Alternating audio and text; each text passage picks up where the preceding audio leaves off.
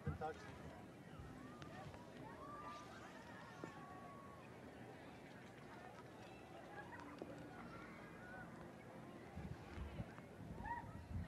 I did. I told him. I see you doing something. This is a story. That's why I told him. Which should be the opposite.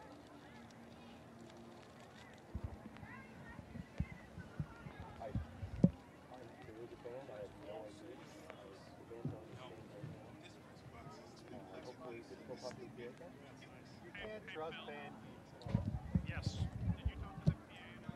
I did, yep.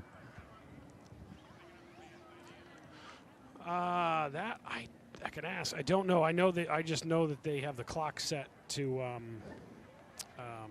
you know, for like 7:04, 7:05. So yeah. Now the band is downstairs kind of warming up, so I think they're all aware. But if they're not, we'll scramble if we need to. Yeah.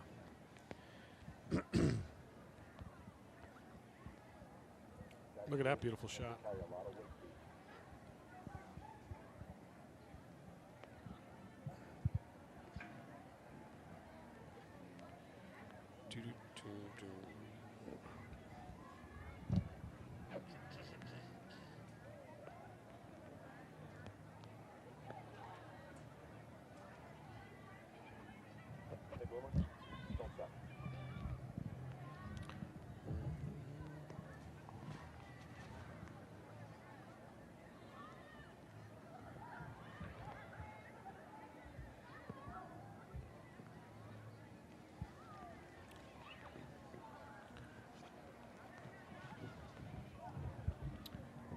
3 minutes. I'm wearing my rain pants so I can be right here.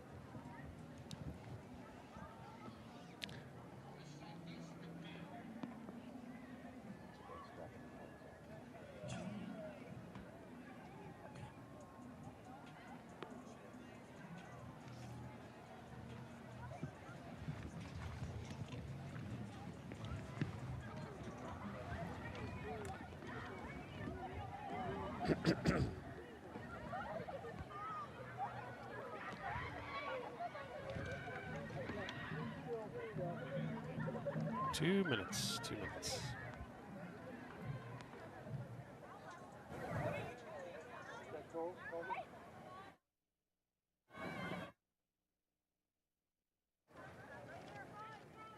I don't want to stuff like No.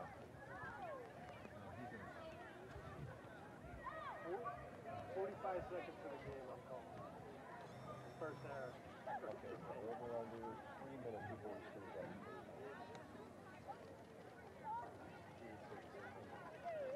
Still halftime. Just about 10-8 left.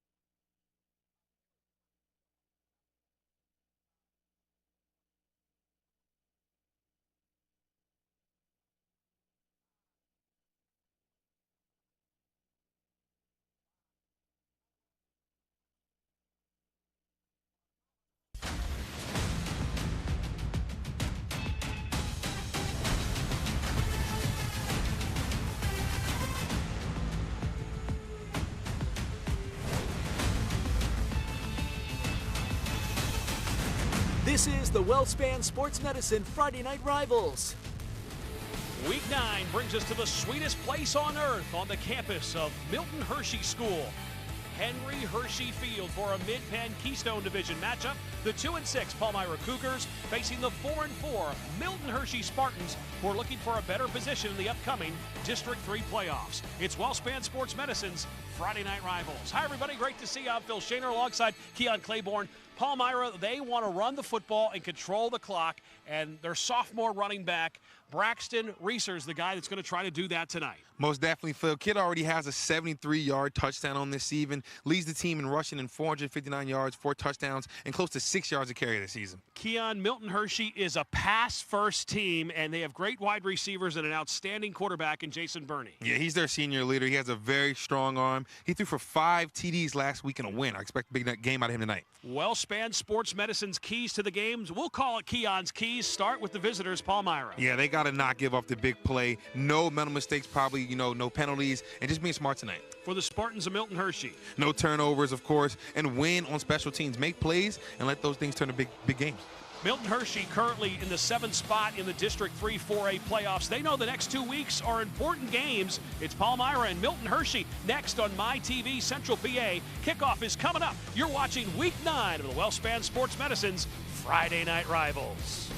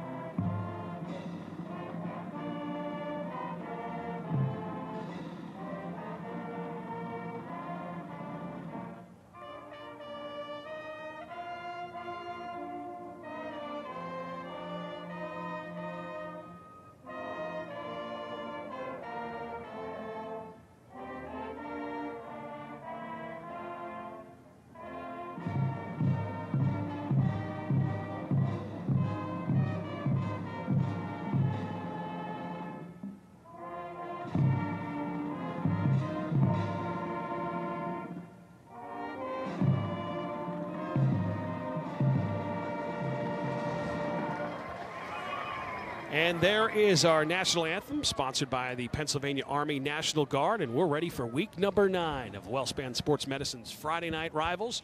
Tonight, we're in the Mid-Penn Keystone. Palmyra Cougars 2-6, the Milton Hershey Spartans 4-4. Well, the Cougars, they started the season 2-1, and they're in the midst of a 5-game losing skid. Their last win was in week 3 when they beat Donegal 21-14. For Coach Pavone, Chris Pavone, in his 2nd season, a 2009 Palmyra grad, social studies teacher, spent 5 seasons as the Cougars special teams coach, 3 years at Waynesboro, was a student assistant at Shippensburg University, even had a coaching internship with the Eagles under Andy Reid in 2012. Milton Hershey 4-4 under Jeff Boger in his 15th season, former Trinity head coach. At Trinity, won the 2002 District 3 2A championship, and they were runners-up in 2007. Took over here at Milton Hershey in 2009 for Bobby Geyer, who retired after 25 seasons as Milton Hershey's head coach. Last season, Milton Hershey was 6-5, a first-round playoff loss to Twin Valley. The Cougars last year were 1-9. They won their first game against Lebanon and then lost 9 straight a season ago.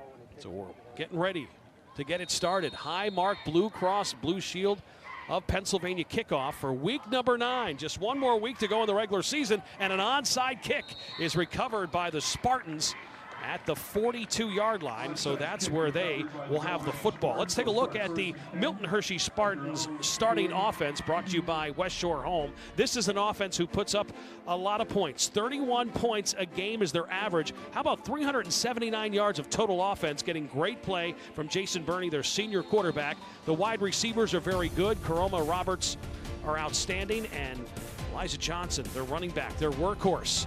He has really done a nice job this season. When they run the football, it's going to be number 7 and 5 juniors on that offensive line for the Milton Hershey Spartans. First down, the handoff goes to Johnson. Johnson straight ahead, gets close to the 45-yard line before he was stopped. We'll meet the Palmyra Cougars defense. This is a defensive unit that's played pretty well. The West Shore Home starting lineups. The leader is their linebacker, Jones, number 52, 77 tackles, 8 tackles for a loss. He was the team captain last year, team captain again this year, and a pretty good secondary as well.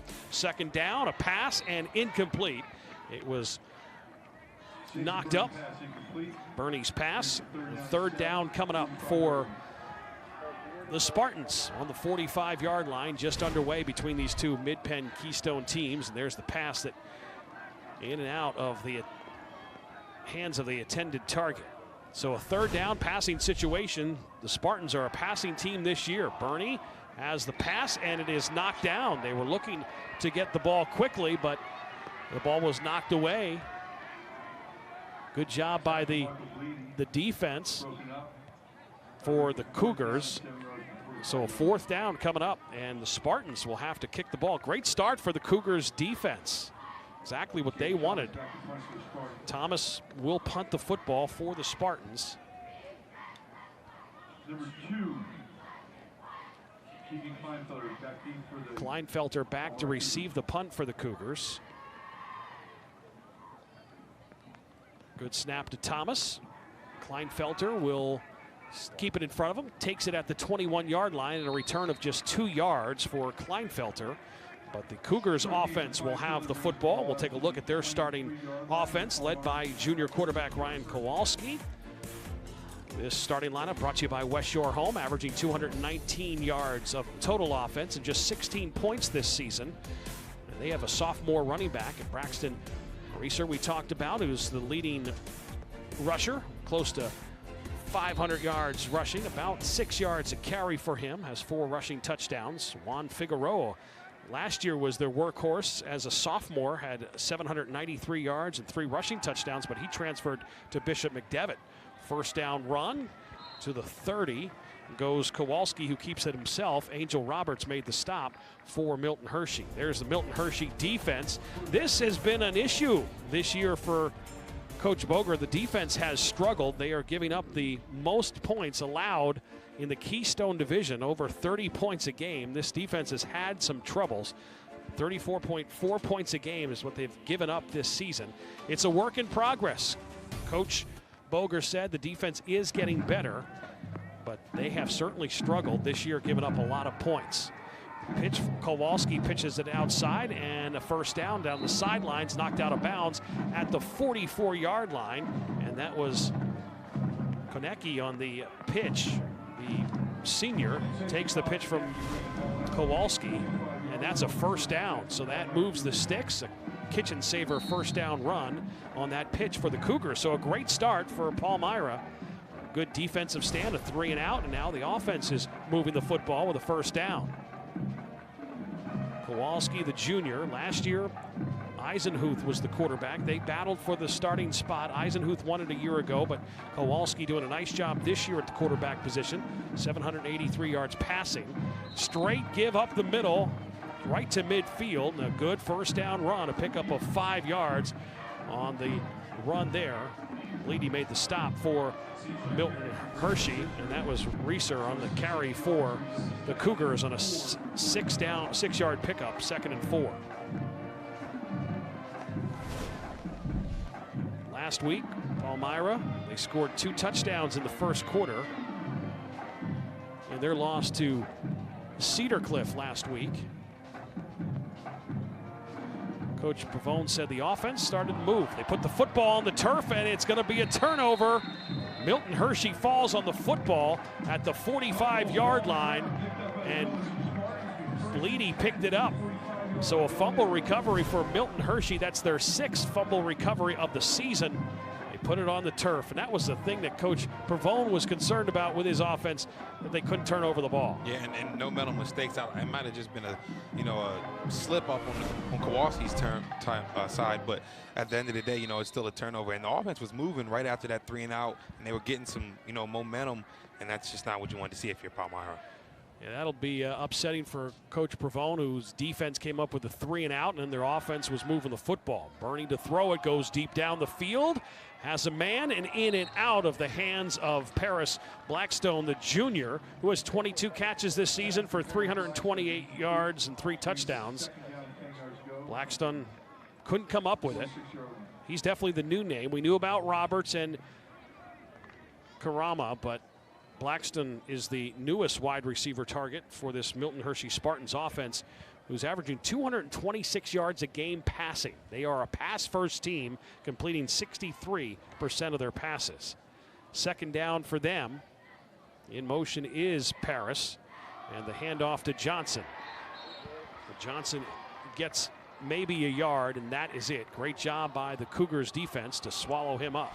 Jones made the stop. Jones now his 78th tackle. He's leading the way.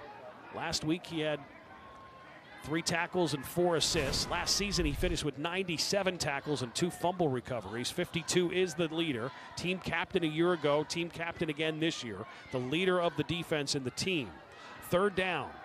Here's Burney running, firing, has the completion and the 1st down.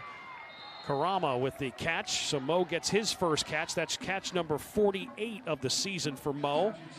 Renninger and Kernecki was in on the stop.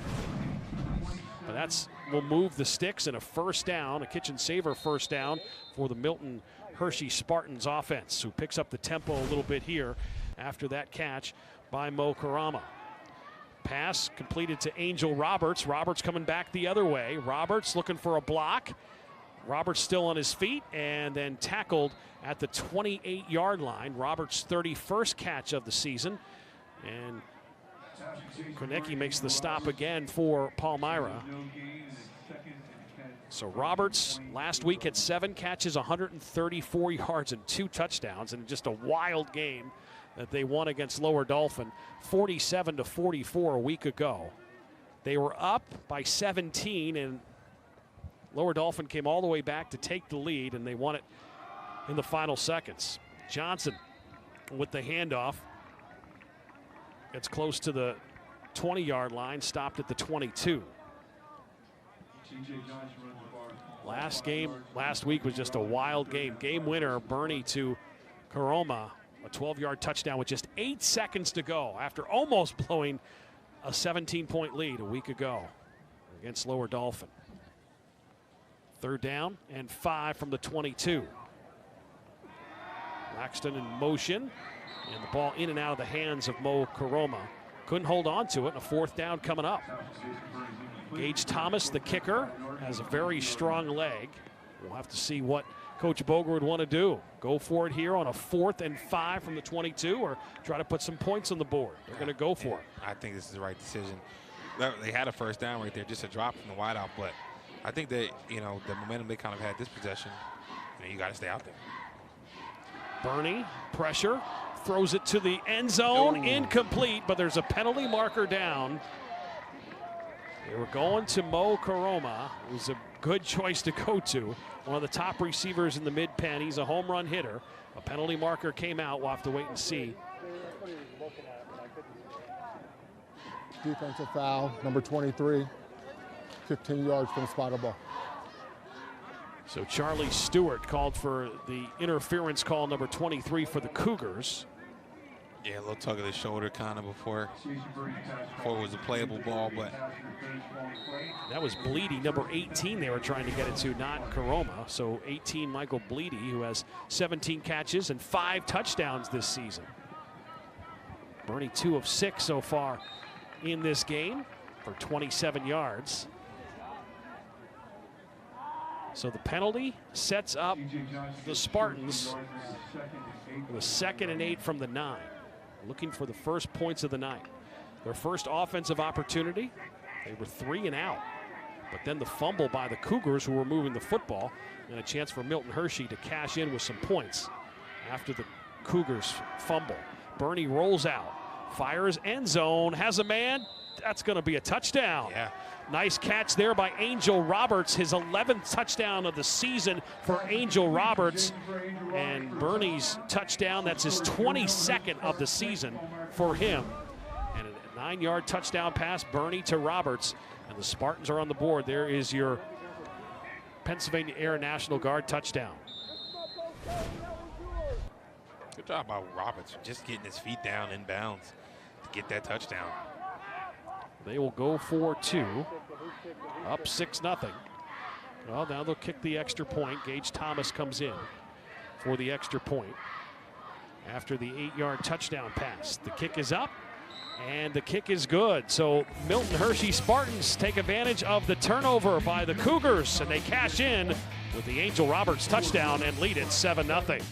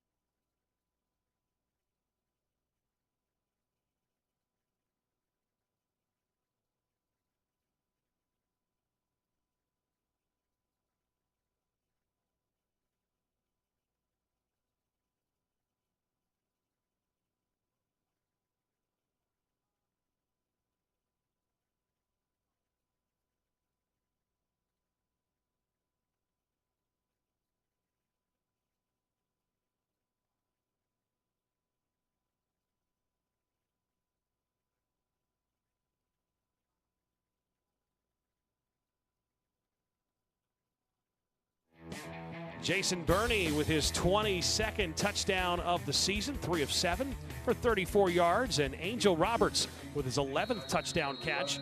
Angel Roberts missed 2 games, came back last week, missed the McDevitt and the Mifflin County game.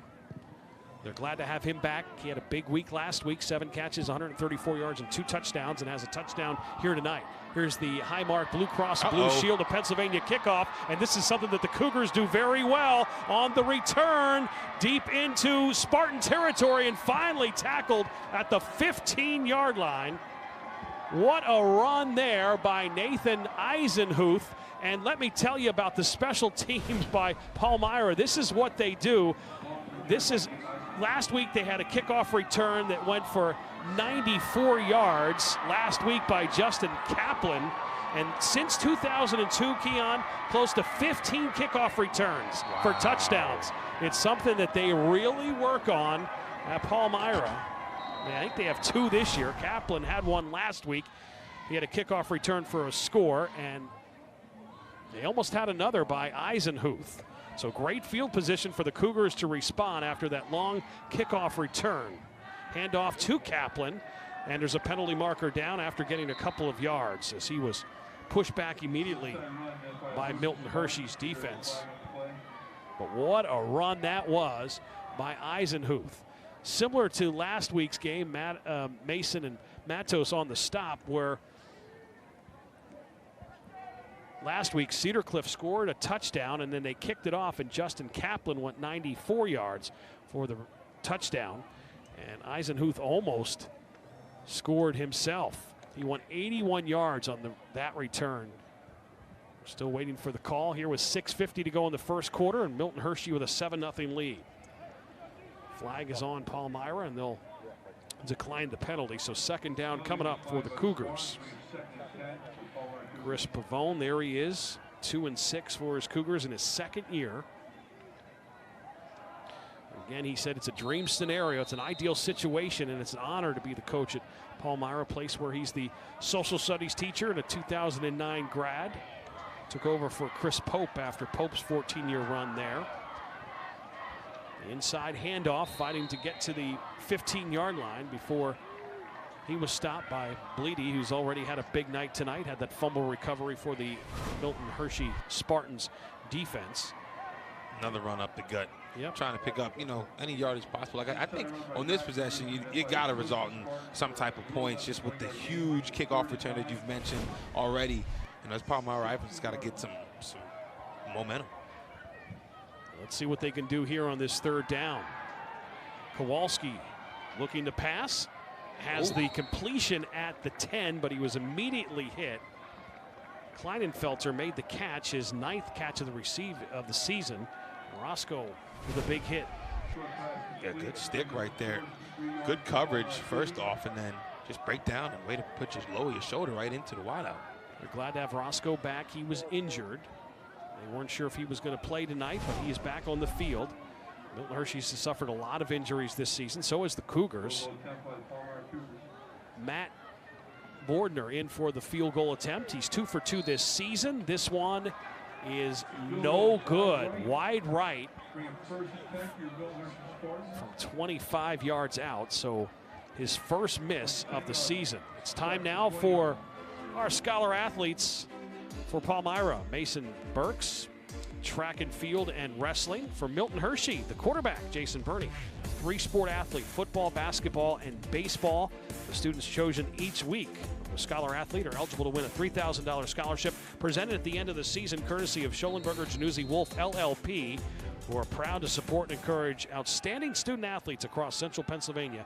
Congratulations to all our scholar athletes. We'll have 2 more scholar athletes coming up in the second quarter from Trinity and Steel High. We'll let you know about them.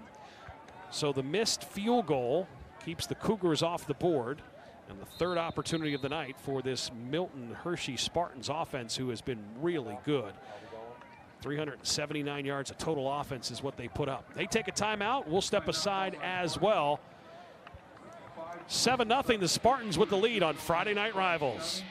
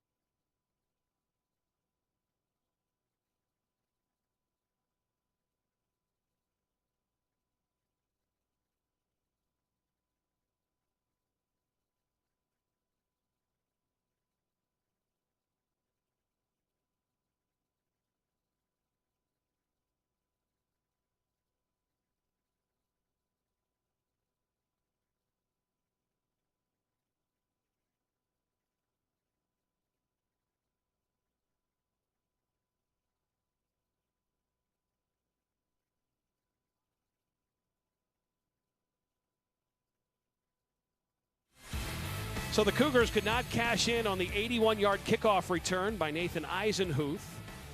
Matt Bordner missed the field goal, and the Spartans have the football back, up 7-0. Burney to throw, has the completion and the first down and more. Pickup of 14 yards, the catch by Angel Roberts, who now has 32 catches on the season. That's a kitchen saver first down, but there is a penalty marker down. Scoring points has not been the problem for Milton Hershey. Stopping teams from scoring. They've scored 251 coming in. They've given up 276 points.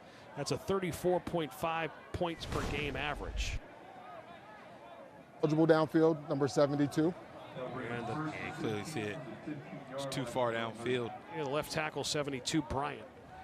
This is one thing that Coach Boger said, that his team, too many penalties. That's one area he wants to get cleaned up before the playoffs.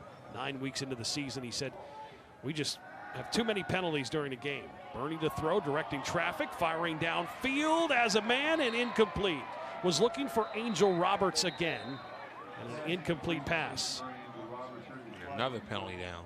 This offensive line, 5 juniors on the offensive line. They're all new starters. They started off a little shaky, but they have gotten better, and really one of the bright spots looking to next year for Coach Boger. He's very excited about having all 5 offensive linemen that have played the entire season back next year. Legal man downfield for the second time. That penalty has been called on the Spartans. Number 72, be kind, 3rd down. So a 3rd down. I saw Coach Pavone talking to the officials. I imagine he probably noticed that on film, that the offensive linemen were getting downfield on pass plays. They got 2 penalties on it. There's another penalty marker down before they can get the playoff with 5:10 to go in the first quarter, and Milton Hershey up with 7-0 over Palmyra in this Mid-Penn Keystone matchup on week number 9 of Wellspan Sports Medicine's Friday Night Rivals. We're going to wave that penalty off. So a 2nd and 15 from the 15 for the Spartans. Bernie had the touchdown to Roberts. The only score of the night. Handoff. Straight ahead across the 20. Nice run there. And had a good chunk of those yards back, as that was Johnson. Johnson has carried it 140 times this season, averaging 6.3 yards a carry. 874 yards, 8 touchdowns. When they run it, he's their only option. Yeah. Number 7 is the guy. EJ has done a nice job, a north-south runner. Pretty physical runner. Last week, 192 yards of total offense, at 119 yards rushing with 2 touchdowns and 73 yards receiving. Incomplete. They were trying to get it to Johnson on the screen, but he wasn't able to hold on to the football. So a 4th down coming up, and another stop by this Palmyra Cougars defense, who have defensively playing well. This season, if you take the games where they played Bishop McDevitt scored 68 on them. Last week, Cedar Cliff scored 55 on them. If you take those games out, this Cougars defense is pretty tough to score on. Yeah, this Cougars defense so far in this first quarter is stood tall. Had a 3 and out. Had the excuse me, another stop right there when the Milton Hershey offense was moving last possession. So good job for the defense. Gage Thomas will punt the football. Kleinfelter on the return, a short return of just 2 yards, and it's time to raise the roof on week number 9 of Wellspan Sports Medicine's Friday Night Rivals, brought to you by Able Sun Roofing and Siding, as the Milton Hershey cheerleaders on a rainy night. It rained pretty hard earlier this afternoon around 4 o'clock, and then the rain, a little bit of rain during the pregame, but now it looks like the rain has stopped. We raised the roof, brought to you by Able Sun Roofing and Siding from the Milton Hershey cheerleaders. So let's see what the Cougars offense can do defensively. A couple of nice stops.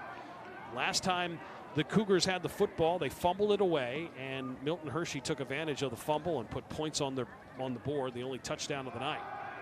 They almost lose the football there. Kowalski was fortunate enough to hold on to that football. Matos was in there pretty quickly, the junior linebacker. Also, Tolles was in there as well.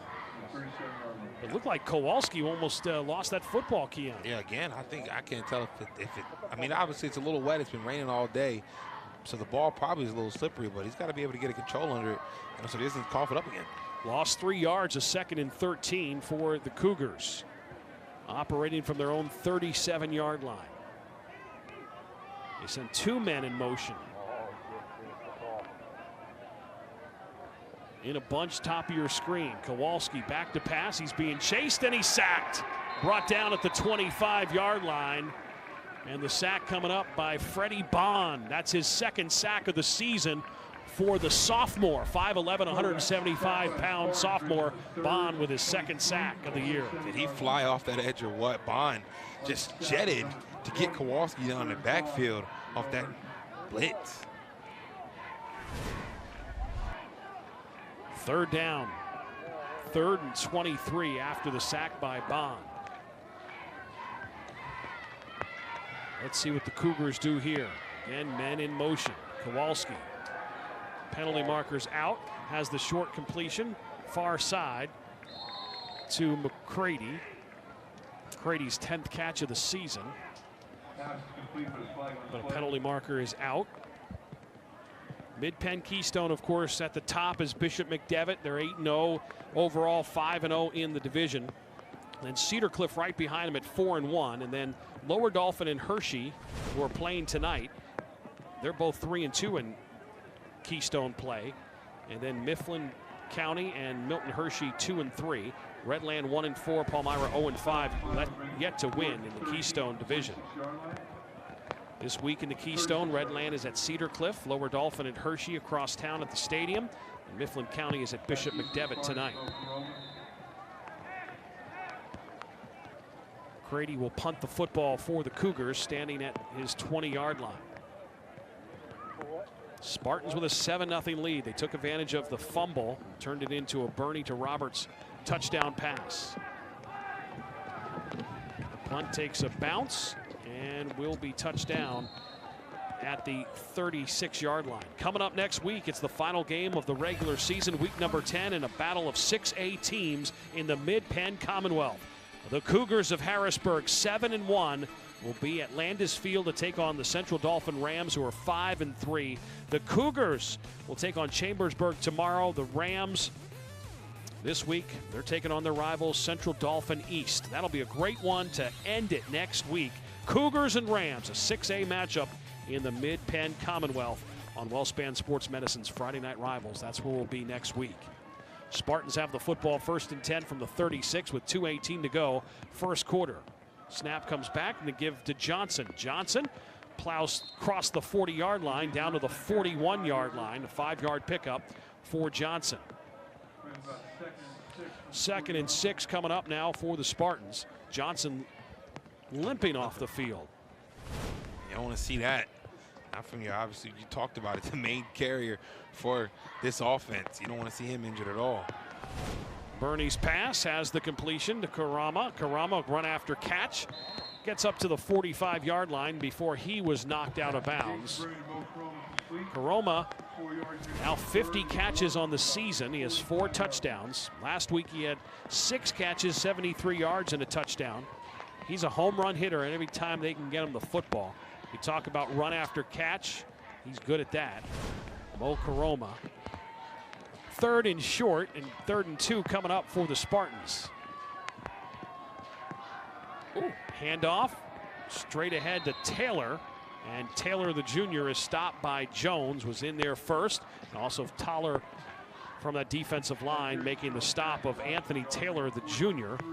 That was just Taylor's 2nd carry this season. Goes for negative yards. Jones again plugging the hole, stepping up, making a big stop for his rest of his team can come over and help him get him down. Just Jones just plugging holes just like he has done all this first quarter. Jones with a big night. Now 80 tackles on the season. He had 97 a year ago. The 6-foot, 200-pound senior. And the Spartans will punt the ball away.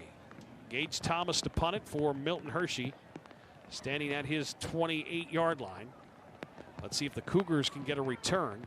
They had that 81-yard kickoff return on special teams. And no return there at all. It was well played. And that's where the Cougars will have the football on their own 19-yard line after Kleinfelter had the return. So 1st and 10 for the Cougars, down 7-0 with 48 seconds to go here in the opening quarter. Wellspan Sports Medicine's Friday Night Rivals on the campus of the beautiful Milton Hershey School. This is a special place. The things and the lives that they have changed here at Milton Hershey School is just unbelievable. Great campus.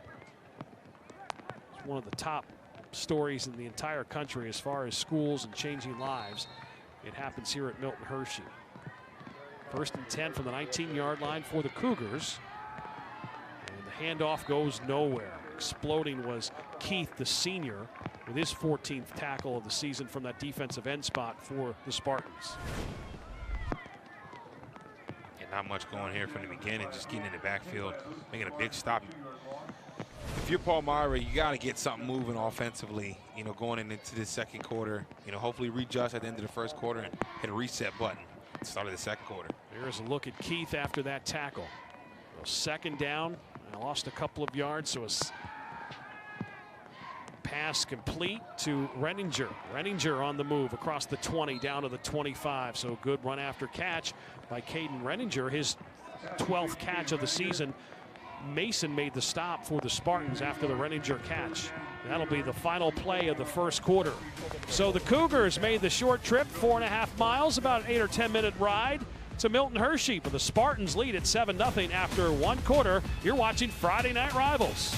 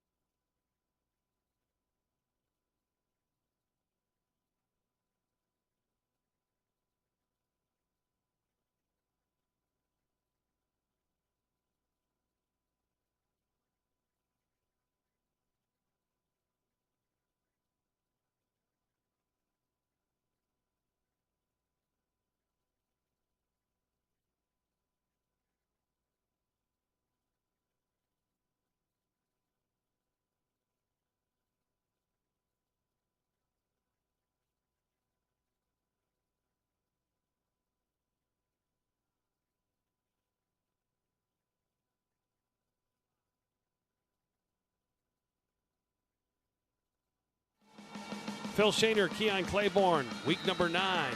WellSpan Sports Medicine's Friday Night Rivals. Mid-Penn Keystone, we're at Henry Hershey Field.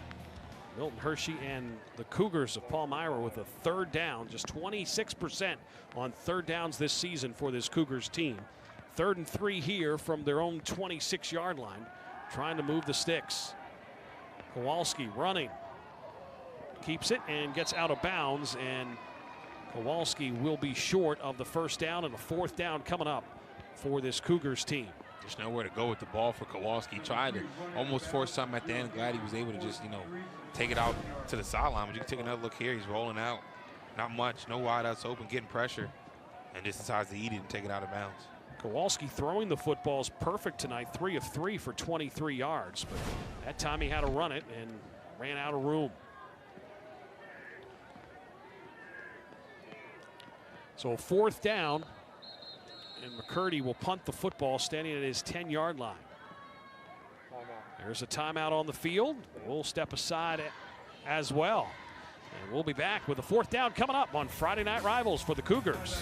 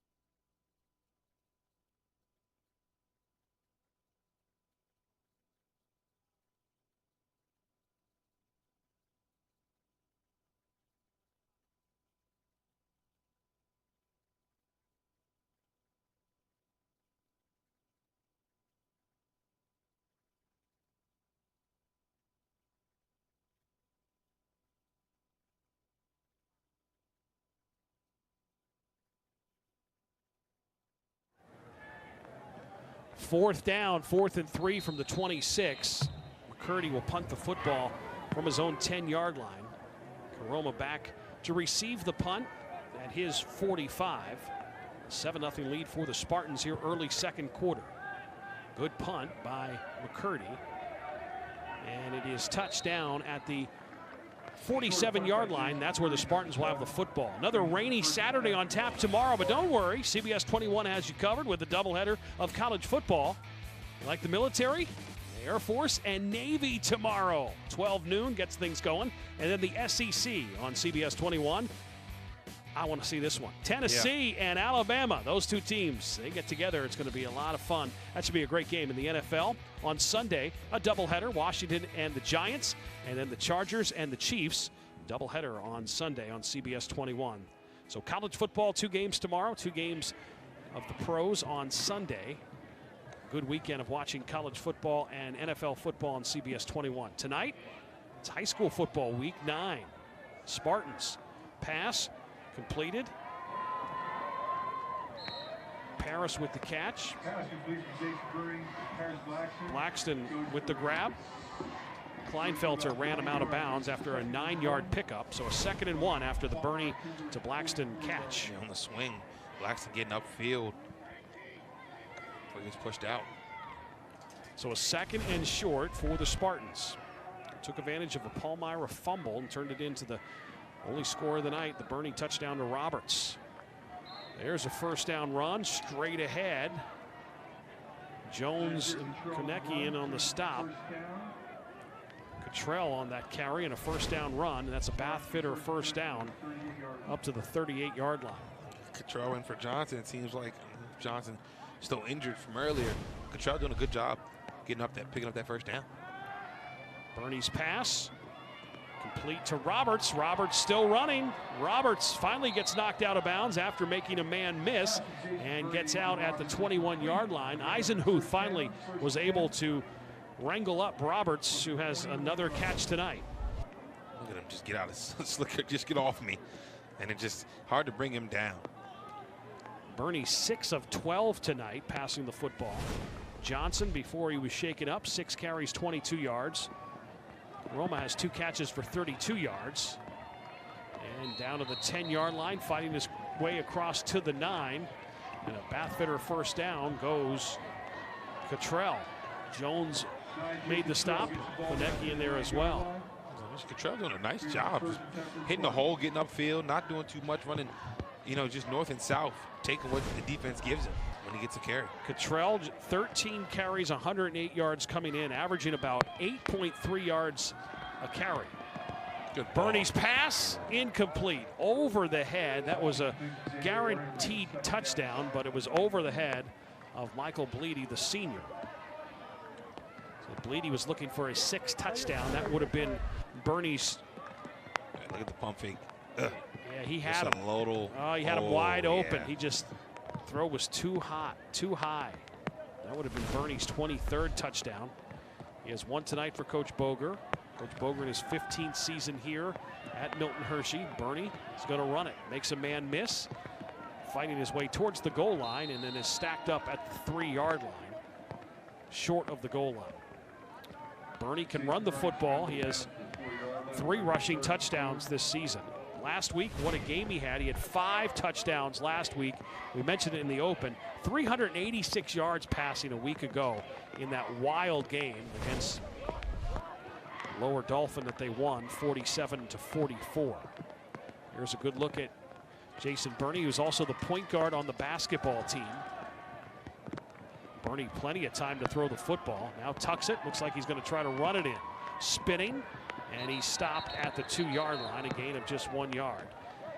Good job by the Cougars defense. They were making sure that no one was there, and Jones, Konecki harassing Bernie on that tackle. That's the 2nd time. It seems like Bernie could have slid into the end zone on both runs. Just seems he's kind of deciding if he wants to go or not, and he's getting stuck.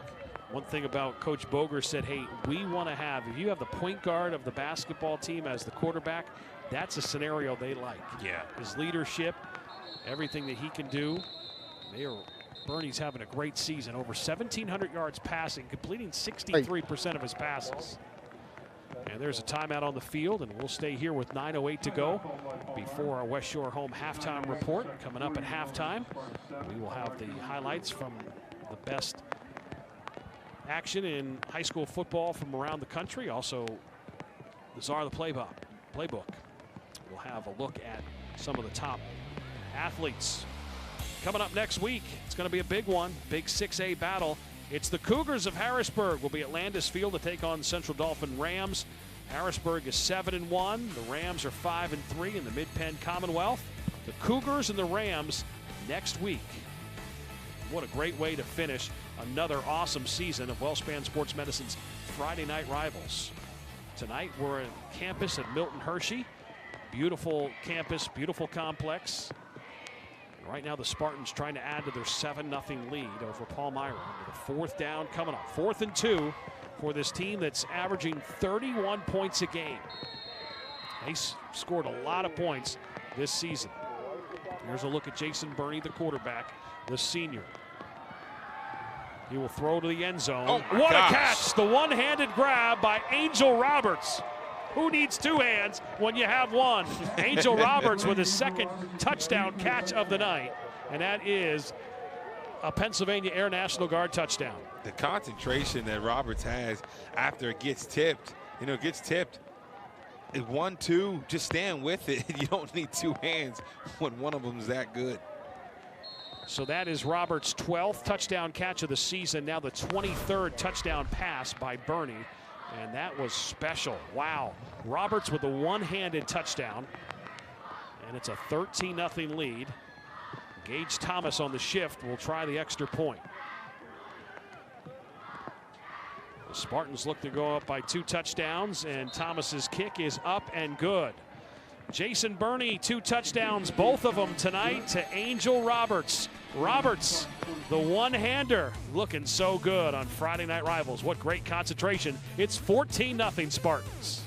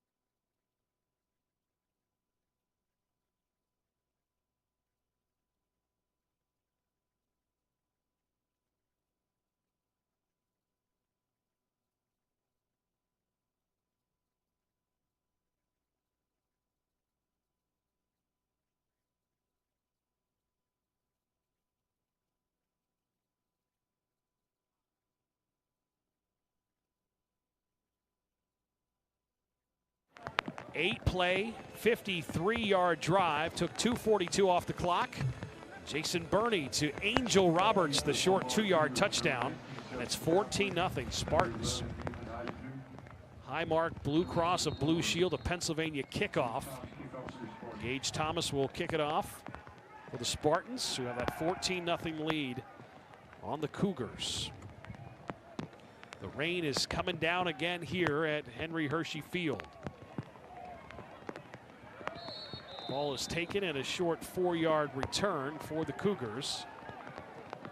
On the return there was Eisenhuth, who had that 81-yard return that the Cougars could not take advantage of as Matt Bordner missed a short field goal after the 81-yard kickoff return for this team that is known for kickoff returns. Like I said, since 2020, they have about 15 of them. One season, I think they had like 7 or 8. I mean, they were just, Cougars are just known for kickoff returns over the last couple of years. So a 1st and 10 from them on the 22-yard line. Handoff straight up the middle. Up to the 25-yard line on the carry. Bryant made the stop for the Milton Hershey defense. So 2nd and 7 after a 3-yard gain. Thunder and lightning, that's what you get with Justin Kaplan and Braxton Reeser. Those 2 running backs that have gotten the majority of the running this year for the Cougars. A sophomore and a junior, 2 players that will be back again next season. And the handoff there by Reeser on the carry, and Bond made the stop. So Braxton Reeser, the sophomore, he's gotten the majority of the carries, Keon, this season. His 4 touchdowns at a 73-yard, his longest of the year. But you know, they would have had another runner with Jan Figueroa, who last year was their leading rusher, but he transferred to Bishop McDevitt. So that's when Braxton Reeser stepped up to take over as the top running back for this Cougars team.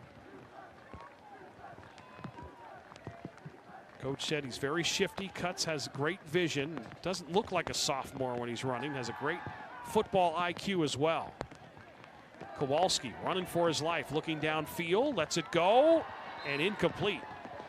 Nearly intercepted as Matos was on the play, number 44. And there's a penalty marker down. Matos upset with himself that he didn't have that pick. Yeah, he thought he had one. He's still beating himself up about it. He definitely had a pick for sure. Hard rain coming down now here at Henry Hershey Field, Milton Hershey School. Take another look. Oh, he took a hit. Pretty good hit did Kowalski at the end of that play. Kowalski wanted the penalty. We'll see if that's what it is all about. Take another look.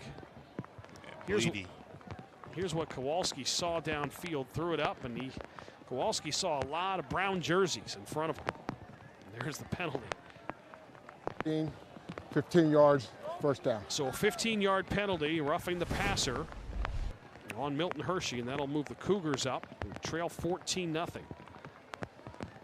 They had a wild start to their game a week ago in their loss to Cedar Cliff. There was a lot of points scored in that first quarter last week.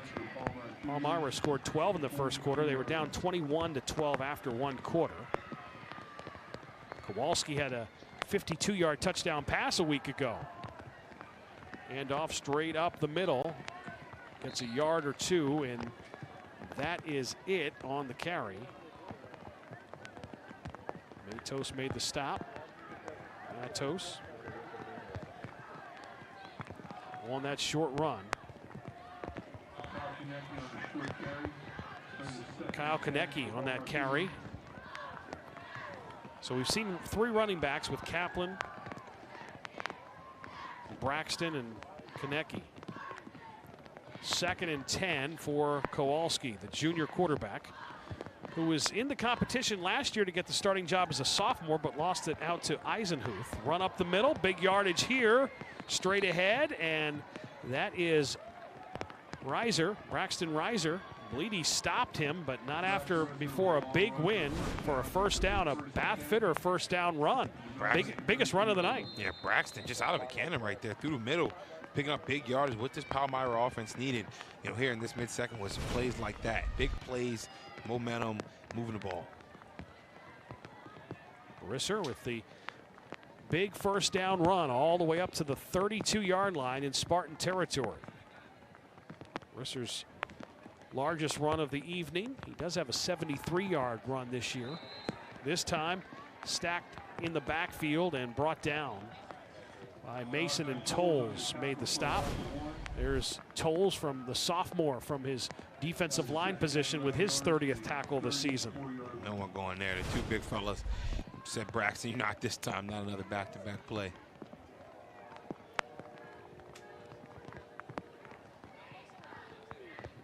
Second down and 11 from the 34. Cougars need to get on the board here to get right back in the game. They played pretty well tonight. Quick pass and the completion to McDaniel. McDaniel's 17th catch, who had last week, he had a huge week. 52-yard touchdown catch and an 11-yard touchdown. He pulled his hamstring a few weeks ago, so he's been out there playing with a bad hamstring the last couple of weeks, as John. Last week, 6 catches, 101 yards, and 2 touchdowns. That was the connection a week ago. Kowalski and McDaniel. 3rd and 11.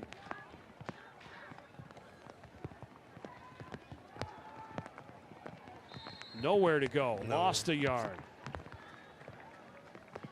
Spartans defense taking down the sophomore. Risser had nowhere to go up the middle at all. Brown jerseys met him as soon as he got that handoff. And now 4th and long, and it looks like this offense is staying on the field. Tolles was one of the guys in on that last stop on the defensive line position. Kowalski on a 4th and 13.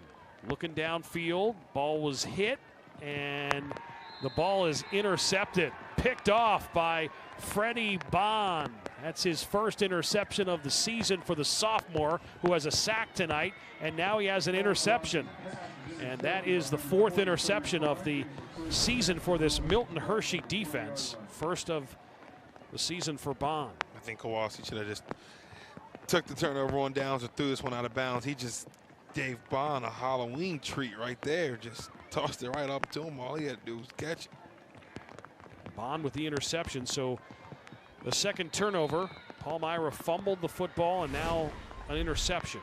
So let's see what the Spartans can do with it. Again, coach's team was in on the move, like they were moving the football, and they were moving the football early in this game and then fumbled with Milton Hershey turned into points. Bernie rolling out, firing downfield, has a man. That's Mo Karoma. He's going the distance for the touchdown. He's a big home run hitting receiver, and Karoma gets the touchdown. What a night for Bernie, 3 touchdowns. And Bernie to Karoma, Karoma's 5th touchdown catch of the season. And take another look at your Air National Guard touchdown. Was that beautiful? Bernie on the road out, Karoma kind of slowed down for a little bit and then picked up the speed again when he caught that ball and a little mini high step into the end zone. 11 in for 6. Look at that ball. Bernie with 3 touchdowns tonight, now 24 on the season. Karoma grabs his 5th touchdown of the season. Karoma now with over 50 catches and over 600 yards receiving this season for the senior. Thomas, the extra point is up and no good. So it's 20-0 Spartans. Jason Bernie has 3 touchdown passes, 2 to Angel Roberts and 1 to Mo Karoma. Getting ready for our mustache cam. Why not? Let's do it. Sponsored by Barber Styling Institute. The mustache cam. Take it away, Keon. I think that's a good one. That's up there. We should put a all mustache team together from all 9 weeks. I think that's it. That's all we got. So there you go. Mustache cam, sponsored by Barber Styling Institute. Karoma, 3 catches, 112 yards, and 1 touchdown tonight. The coach got 1. Yep. Coach Pavone, Cougars coach, makes mustache cam. So Mo's having a big night. 3 catches, 112 yards, and a touchdown. Bernie, 8 of 15, 145 yards, and 3 touchdowns. Coming off that 5 touchdown game last week. So he's on fire right now. Just a couple of weeks from the playoffs, and we'll talk a little bit more about the power rankings in the District 3 playoffs as we go on. And there's another Highmark Blue Cross and Blue Shield of Pennsylvania kickoff. And the penalty marker comes down after the return. Mason with the stop. Wait for the penalty. See what the Cougars can do with the football. Cougars this year with a win over Lebanon to start the season. 5 yards, still first down. Penalty was on the Spartans. And then a few weeks later, they beat Donegal 21-14. So they started the season 2-1. Then they've dropped 5 straight. So McDevitt, Mifflin County, Lower Dolphin, Redland, and last week Cedar Cliff. They have Hershey to play next week at home. Of course, this is a quick trip for them, 4.5 miles away from Palmyra to Henry Hershey Field here at Milton Hershey School. About an 8 or 9 minute drive, depending on traffic. The Cougars with a 1st and 10 from their 32-yard line, down 20-0. Run straight ahead, pickup of 3 yards. Mayer made the stop.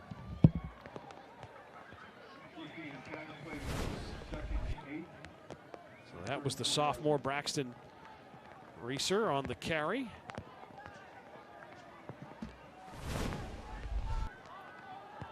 Braxton had a big run last offensive series that got him into Spartan territory, but then it was ended by a Kowalski interception. So the Cougars have definitely had some opportunities to put points on the board tonight. Run straight ahead, breaks a tackle, and there is the sophomore on the move. All the way down to the 25-yard line goes Braxton Reeser with another big run. Bond was able to stop him, or he might have went all the way for the score. A Bathfitter first down.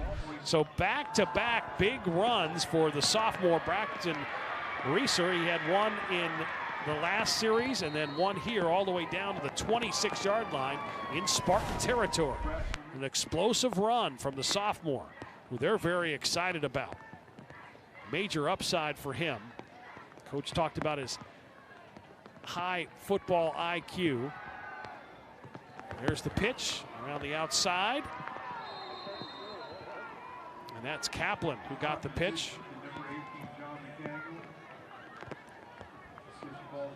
Gets to the 18-yard line, 3rd and short after the Kaplan pitch. Well-designed play there by the Cougars. The little option gets it off to Kaplan.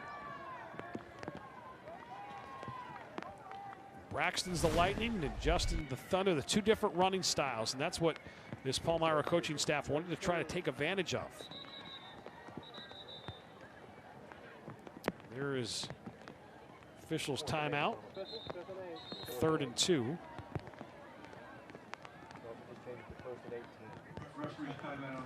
So the officials are going to talk things over. It's 20-0. The Spartans with the lead.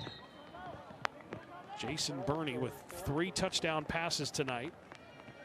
2 to Roberts and 1 to Karoma. Cougars, 2 turnovers, a fumble and an interception that have all turned into points. Reeser tonight, 8 carries, 77 yards. So a great night for the sophomore. 2nd down, they give it back to him. It's going to be short of the 1st down. So 3rd down coming up. Tolles made the stop. Tolles, the sophomore, is having a big night. Number 55 for the Milton Hershey defense. This is a defense, as we mentioned and documented, about all the points they've given up. Over 34 a game. But, you know, even last week when Lower Dolphins scored 44 on them, Coach Boger said he felt that the defense kind of turned the corner.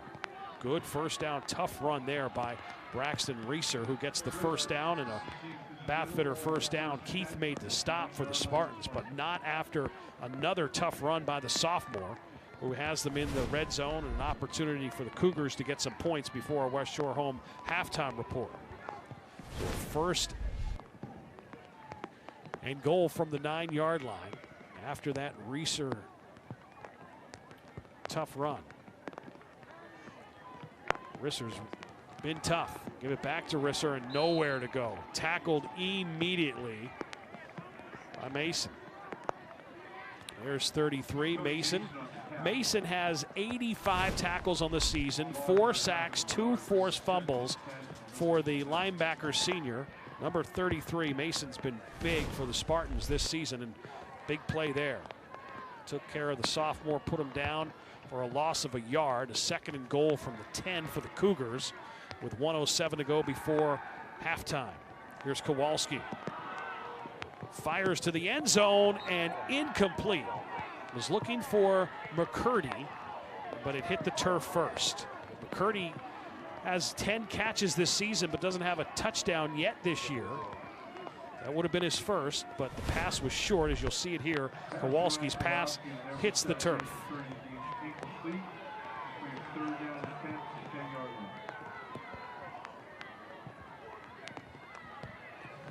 So 59 seconds to go before the half. West Shore home halftime report is coming up. Let's see if the Cougars can get on the board before the half. 3 wideouts at your bottom of your screen. They send a man in motion, then send him back. Give the ball to Braxton. It was inside the 5-yard line, down to the 3. Risser, the sophomore, who's having an outstanding night. Risser last week struggled. He only had 6 carries for 15 yards and fumbled the football. But he's having a great night here tonight. The Cougars call timeout with 48 seconds to go before the half. So coming up tomorrow, Armed Forces game, Air Force and Navy at noon on CBS 21. Then the big one in the SEC at 3:30. Alabama and Tennessee. Should be good. Sunday, NFL, all starts at noon from New York with the NFL Today with JB and the gang. And then Washington against the Giants. And then the 4:15 game is the Chargers and Kansas City. So 2 college games on Saturday, 2 NFL games on Sunday on CBS 21. Your weekend of football is all set. Rainy night here tonight at Henry Hershey Field. A lot of umbrellas out and rain gear. Cougars with a 4th and goal from the 4. They want to get on the board, down 20-0. Braxton Reeser's been great, the sophomore running back. Let's see if they get it back to him. Kowalski will take the snap from the gun. There's the reverse. They give the ball on the outside on the reverse to Eisenhuth, and Milton Hershey was not fooled. The reverse did not work.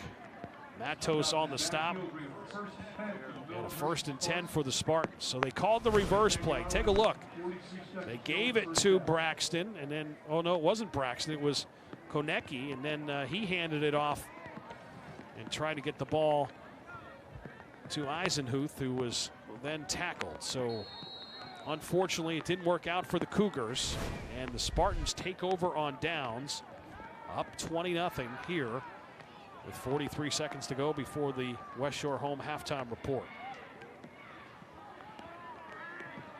I don't imagine Milton Hershey will do anything too fancy here, up 20-0.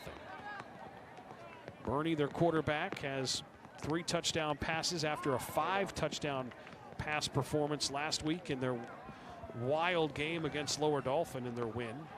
That win last week snapped a 3-game losing skid for Milton Hershey. They lost to Hershey in the Cocoa Bean game and then lost to Bishop McDevitt and then Mifflin County until last week's win over Lower Dolphin, 47-44. Timeout on the field. With 43 seconds to go before the West Shore home halftime report. Keon Claiborne will be on the field to talk to both coaches. Get a word from Coach Pavone and then Coach Boger. Get their thoughts on this first half.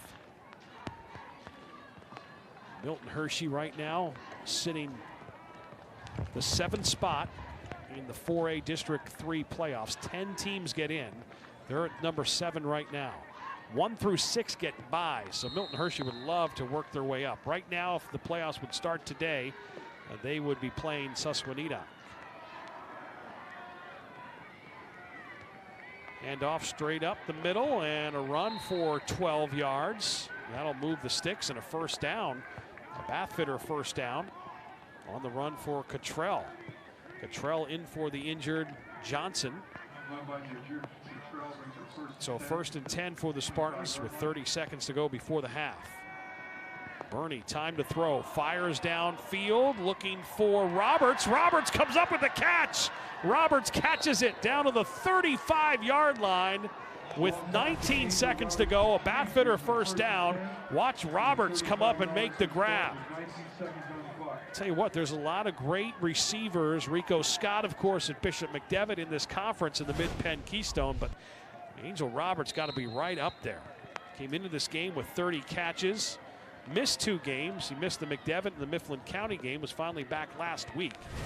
He's an outstanding route runner. And here's another look at the Bernie pass to Angel Roberts that has the Spartans thinking they might add more points to their lead, up 20-0 with 14 seconds to go here for Coach Boger's team. Bernie to throw, plenty of time, directing traffic. Bernie still looking downfield and then fires it, and it was caught, but I think out of bounds by Karoma and incomplete. Karoma caught the ball, but he was out of bounds. So a 3rd down with 6 seconds to go. So at this point, go to the end zone. Jason Bernie, the point guard on the basketball team, a 3-sport athlete.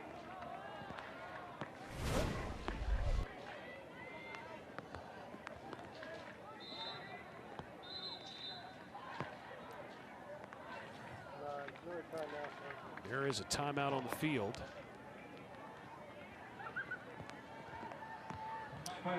Don't forget, we also have another scholar athlete tonight that we might get to now or possibly during our halftime break. Let's do it now.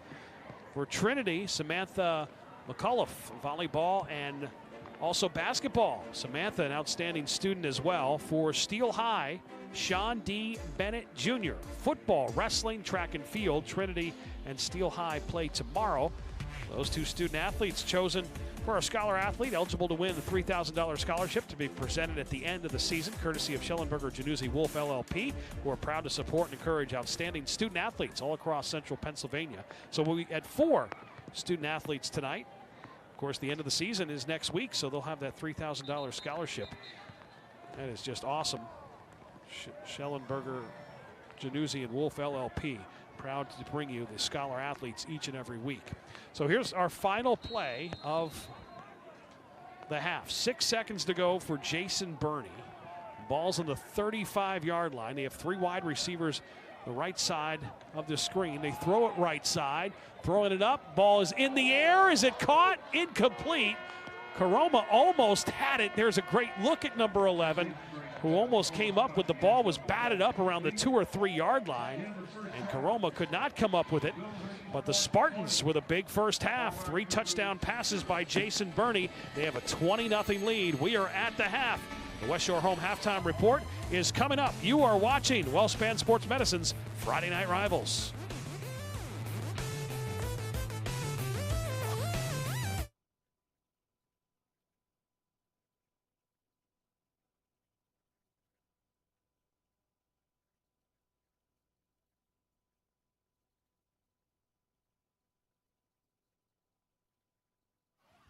One question, get him out here.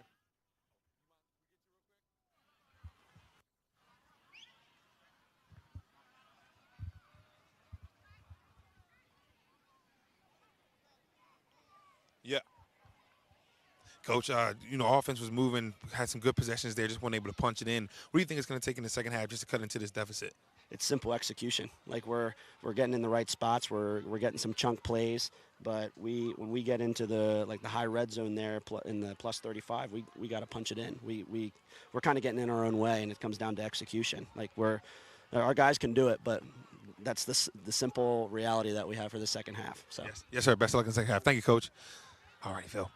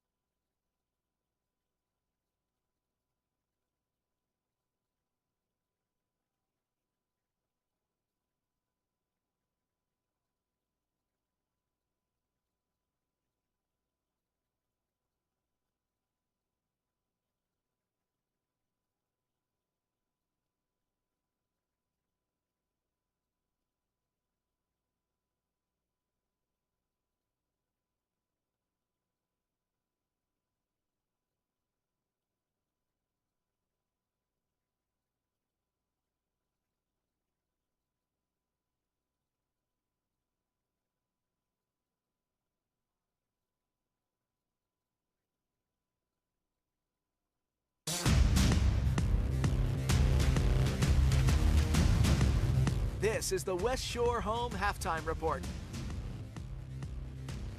Jason Burney having a very big first half with the Spartans. 3 touchdowns. They lead it 20-0. We're at the half. Let's get a word from Palmyra Cougars head coach Chris Pavone on the field with Keon.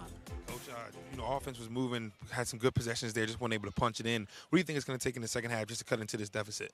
It's simple execution. Like we're getting in the right spots. We're getting some chunk plays. But when we get into the high red zone there in the plus 35, we got to punch it in. We're kind of getting in our own way, and it comes down to execution. Like our guys can do it, but that's the simple reality that we have for the second half. So yes, sir. Best of luck in the second half. Thank you, Coach. All right, Phil. All right, Keon, thanks a lot. It's time now for some of the best highlights from around the country from Thursday Night Lights and Friday Night Rivals. Sit back and enjoy these highlights. The best Thursday Night Lights and Friday Night Rivals highlights from across the country. Quick pitch and catch. Eludes one defender, 2, 3, 4. Great job there by LaMichael Mitchell, and he's still on his feet. LaMichael Mitchell, great play by Mitchell, and he's going to carry the rest of Beebout into the red zone and close to a touchdown. Miller, end zone. This might be it. Caught! Touchdown! Ethan Driver, are you kidding me? Rejoining you live on Comets.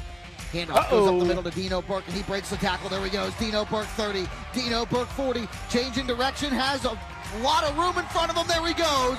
30, 25, 20. Dino Burke, 97 yards. Down the last touch. Spartanburg would like a little breathing room, but a Gaffney pick will turn that aside. Here comes Andrew Root, who's done a little bit of everything defensively for Gaffney tonight. They've set up a wall, and he's going to take it all the way inside the Spartanburg 10-yard line.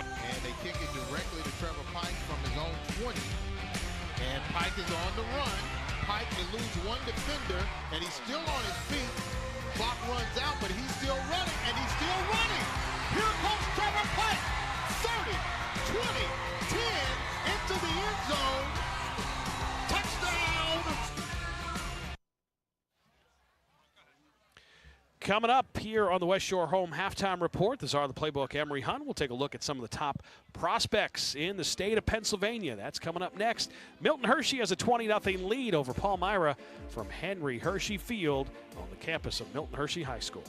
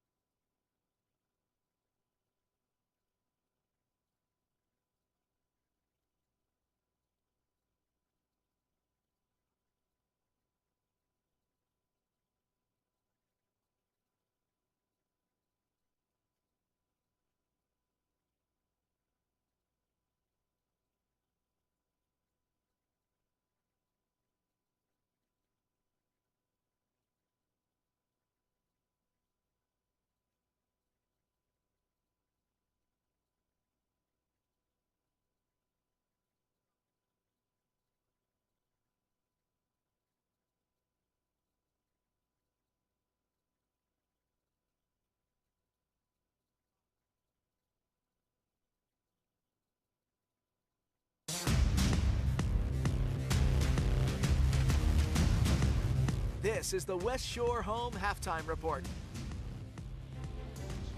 Jason Burney, 9 of 19 passing, 188 yards and 3 touchdowns, and Milton Hershey Spartans up 20-0 at the half. It's time to take a look at some of the top college prospects in the state of Pennsylvania. The czar of the playbook, Emory Hunt. Give us some knowledge, Emory.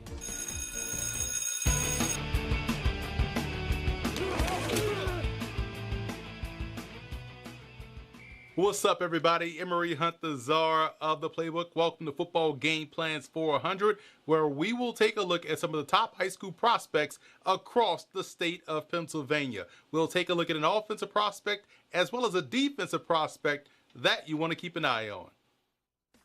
Alex Irby out of Stilton, Pennsylvania is a quarterback that has a lot of offers from a lot of Power 5 programs, 3-star prospect, 6'2", 210 pounds. And what I love most about his game is that he has a touch, timing, and anticipation as a passer, and those are the things that shows up consistently on film. And when you watch him throw the football, this is a far hash throw. It gets to where it needs to be, allows the receiver to catch the football and turn upfield. He also has the added benefit of being a dual threat, so not only can he help you out in the passing game, but he can help you out as a runner as well. He makes it a true 11-on-11 contest. I'm a big fan of the versatility of Cameron Watkins out of Bald Eagle Area High School in Wingate, Pennsylvania. 6'2", 205 pounds. He's a wide receiver, but also has some opportunities to play safety at the next level. Again, a ton of interest coming from a lot of schools within the area. This is someone that has the size, has the range. You see right there being able to trigger and get downhill and lay a good stick on the ball carrier. You see him sift out the run here and doing a great job getting into the backfield. But again, he's someone that can also catch football going downfield. So when you have a versatile skill set, being able to play either receiver or safety, you're going to have a lot of teams wanting your services at the next level. So that's it for this edition of Football Game Plans 400. I'm Emory Hunt, the czar of the playbook. Be sure to follow me on all of my social media accounts. Don't forget to check out and subscribe to the Football Game Plan Network located at youtube.com/footballgameplan.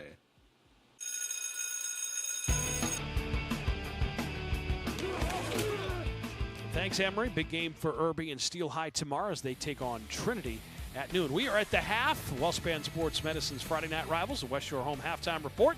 The Spartans with a 20-0 lead over the Cougars. More halftime show coming up from Chocolate Town when we get back.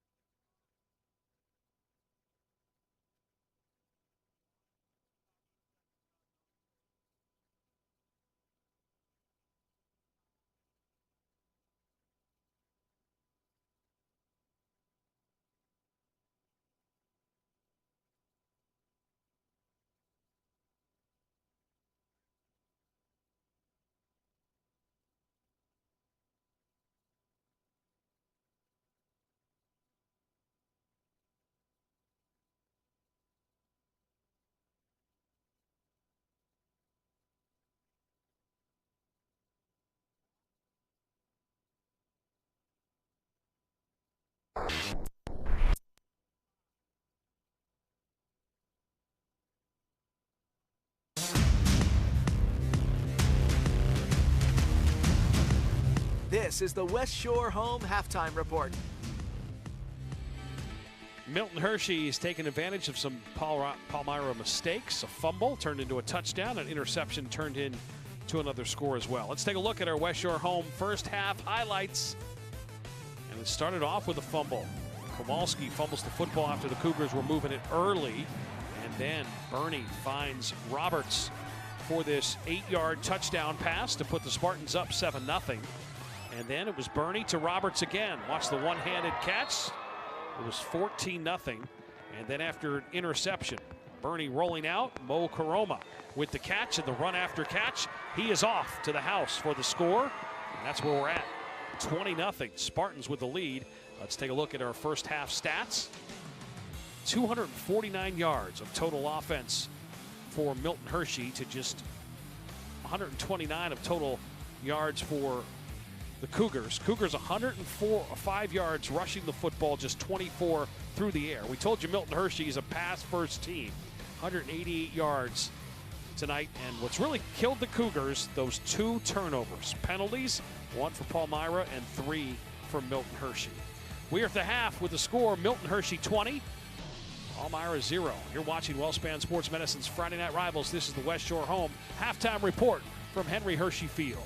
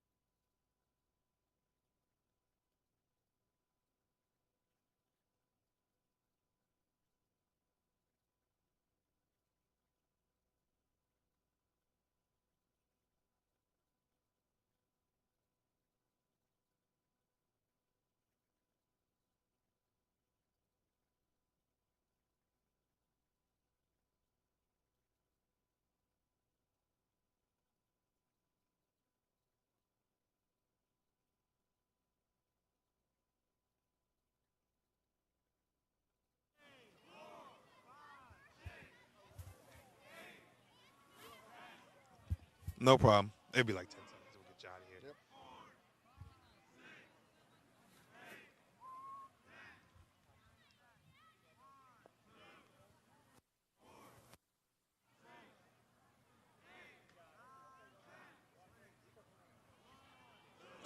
Okay. They're just going to shoot it live. So it's just, I think it's coming back in 20 seconds and we're good. No, I was talking to Coach. You're good. Mm-hmm.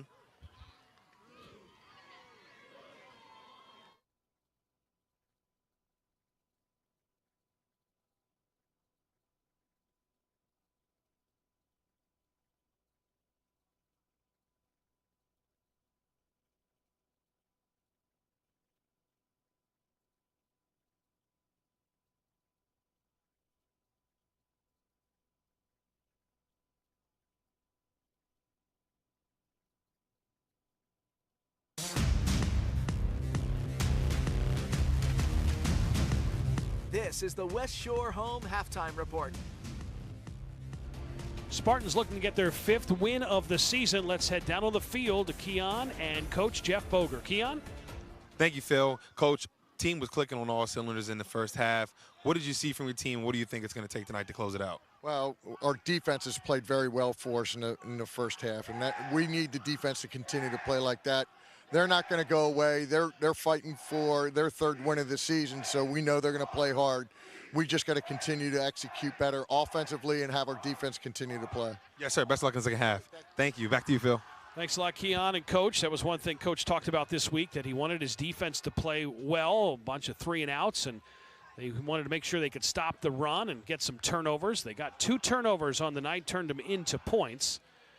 So this is a defense that has struggled. To be pitching a shutout tonight is something that Coach Boger was very excited about, getting this defense going again after a team that has given up defensively 34.5 points a game. And now pitching a shutout as we're about to start the second half here. For Milton Hershey, they talking about the Class 4A playoffs. 10 seeds get in, 1 through 6 get a bye. Right now, Bishop McDevitt's the 1 seed, then Twin Valley, Manheim Central, Lampeter Strasburg, East Pennsboro, Susquehanna Township, Milton Hershey, Eastern York, Elko, the top 9. And, you know, right now it looked like Milton Hershey would play the 10 seed, but they would love to move up if they could.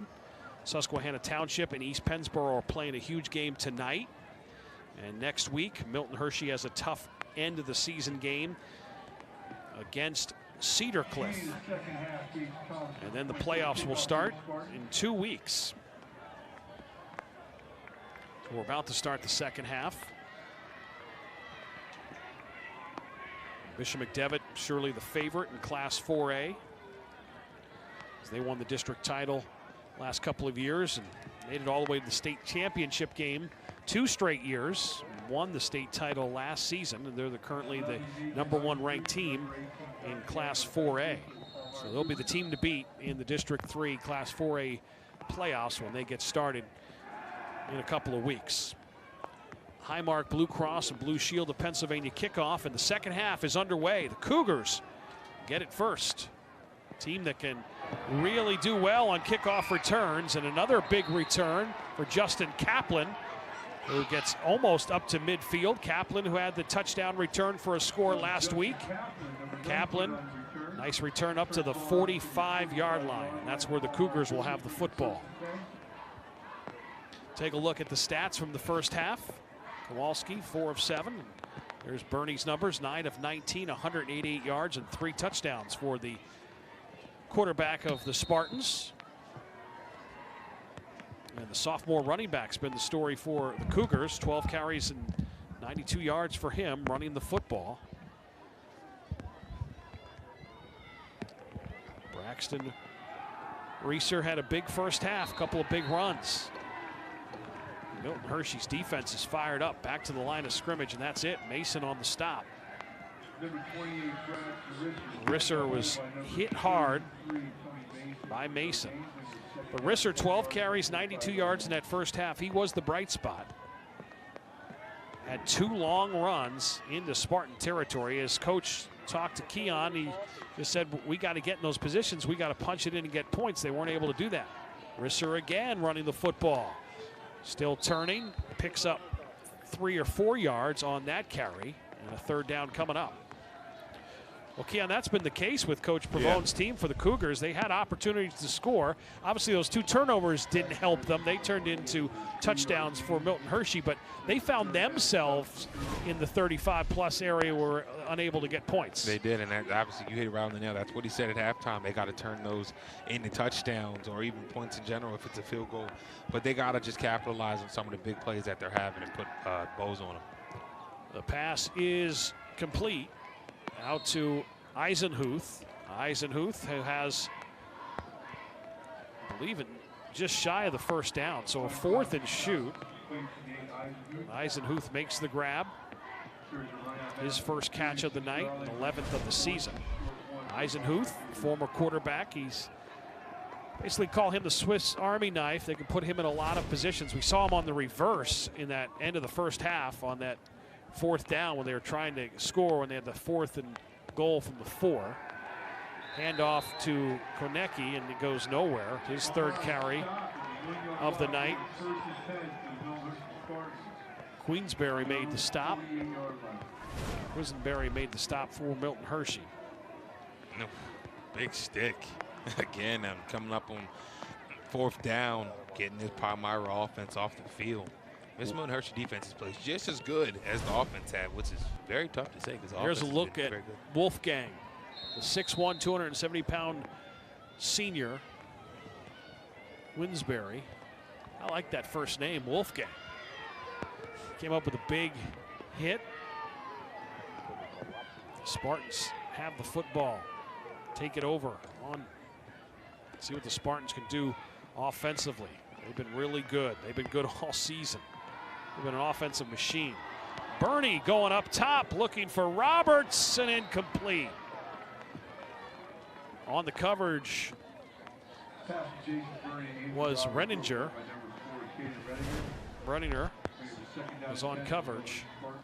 Second down coming up for the Spartans. The Spartans, 379 yards. That's what they average of total offense a game. They're over 200 here on their way to about that 379 mark. They average 226 yards passing a game and about 150 yards rushing the football. That is Cottrell. He has the first down, and Cottrell picks up 14 yards up to the 38-yard line. A great run by Cottrell. Cottrell in for Johnson, who got injured. Cottrell's having a good night. He sure is. Johnson went down, and Cottrell next man up mentality. He's just been running hard and been picking up positive yards every time he gets a carry. Necky in on the stop.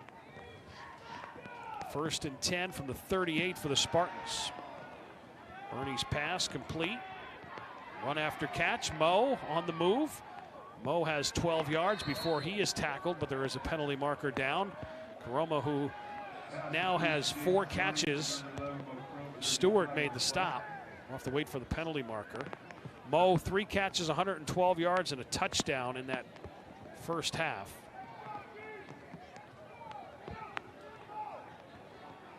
Wait for the penalty. Here.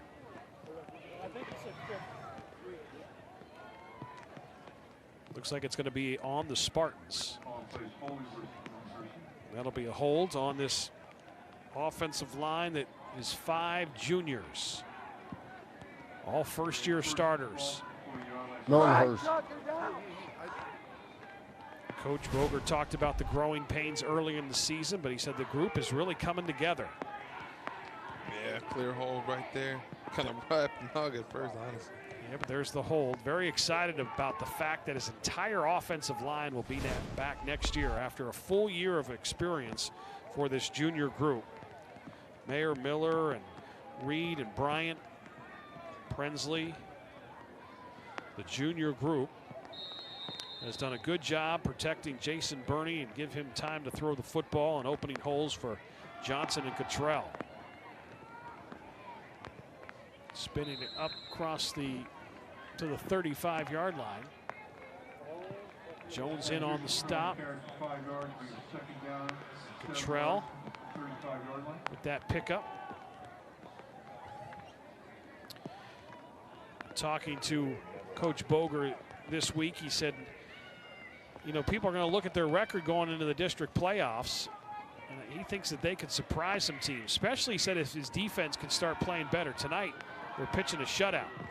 That pass over the head of Blackstone. Blackstone well over his head. 3rd down coming up. Spartans were 3 of 7 on 3rd downs in the first half. So 3rd and 7 from the 35 for the Spartans. Jason Burney with 3 touchdown passes in the first half for 24 touchdowns on the season. Burney will run it. Looking for the first down, spinning. I think he got the first down. The extra effort gives him enough for a kitchen saver first down run by the quarterback, Jason Burney. Yes, Jim. Way to keep the play alive. There's nothing there, and he decides to tuck it and run. And I think the Palmyra defense kind of swung him into the first down, to be honest. Konecker made the stop. 7th play of the drive for Milton Hershey. 1st and 10 from the 27. Cottrell. Nowhere to go. Jones was in on it. Also Toller making the stop for the Cougars. Boy, we've called Jones' name a lot. The linebacker has been big. Cottrell, 4 carries, 47 yards. For Milton Hershey doing a great job in relief of Johnson, who got shaken up in the first half and had to leave the game and hasn't returned. 2nd and 11, low snap. Burney gets it, and he is being chased. Smartly gets out of bounds, shy of the 15-yard line, gets out of bounds at the 17. Snap was low, and he had to take care of that, and then no one was open downfield. Yeah, he made the most out of that. Necky was the one that ran him out of bounds. 20-0, the Spartans with the lead and the football in the red zone. A 1st and 10 at the Cougars' 17-yard line. 2 wideouts up top. Cottrell in the backfield with Bernie, and Cottrell on the carry across the 10 down to the 9-yard line. Shy of the 1st down. Altobrando at the stop. Cottrell again. Kind of elusive the way he runs.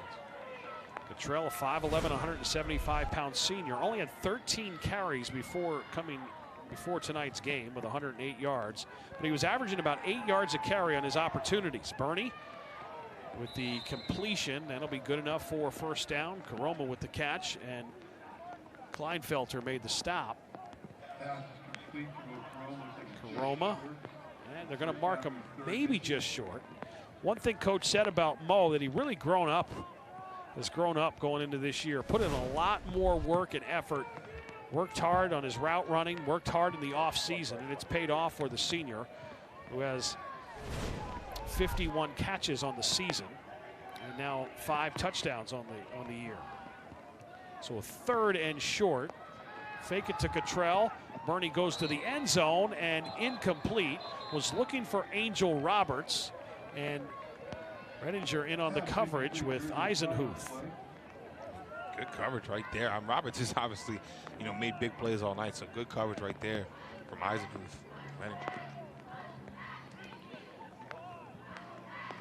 6:37 to go in this 3rd quarter. Penalty on the Spartans. That was another area that Coach Boger said we need to clean up. Way too many penalties. He said all season long we can commit too many penalties. It was something that he wanted to see less of. Penalties been accepted. So that'll move Milton Hershey back.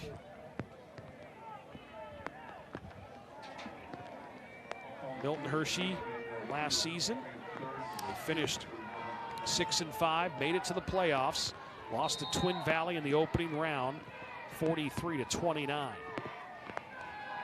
3rd down for Bernie. Bernie fires to the end zone and incomplete. Was looking for Karoma, but threw it a little too far for Karoma to come up with. So 4th down coming up now for Milton Hershey. He had 2. That's the second one he kind of missed that he's going to might be kicking himself off. But look at the slide. Wet night. What do you? I didn't bring this up. What do you think of the color of this turf here at Henry Hershey Field? Very fitting for Hershey, right? Yeah, I like it. I like it. The dark color of the turf. There's a great look at Henry Hershey Field from way above. The 4th and 5 coming up for the Spartans. They fake the ball to Roberts. Now Bernie going to the end zone. Touchdown, pretty play. What a play there. Bleedy with the touchdown catch, and that is his 6th touchdown of the season for Michael Bleedy. They faked it, and then a nice throw by Bernie, his 4th touchdown of the night. There is your Air National Guard touchdown. Take another look at. That was beautiful. So Bernie now with 4 touchdowns on the night. 2 to Roberts, 1 to Karoma, and now 1 to Michael Bleedy.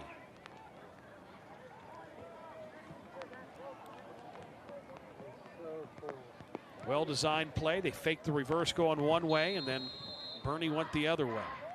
Gage Thomas will be in on the extra point once they run their shift. Try to go up 27-0. Bernie now 25 passing touchdowns. He's also ran for 3 touchdowns this season.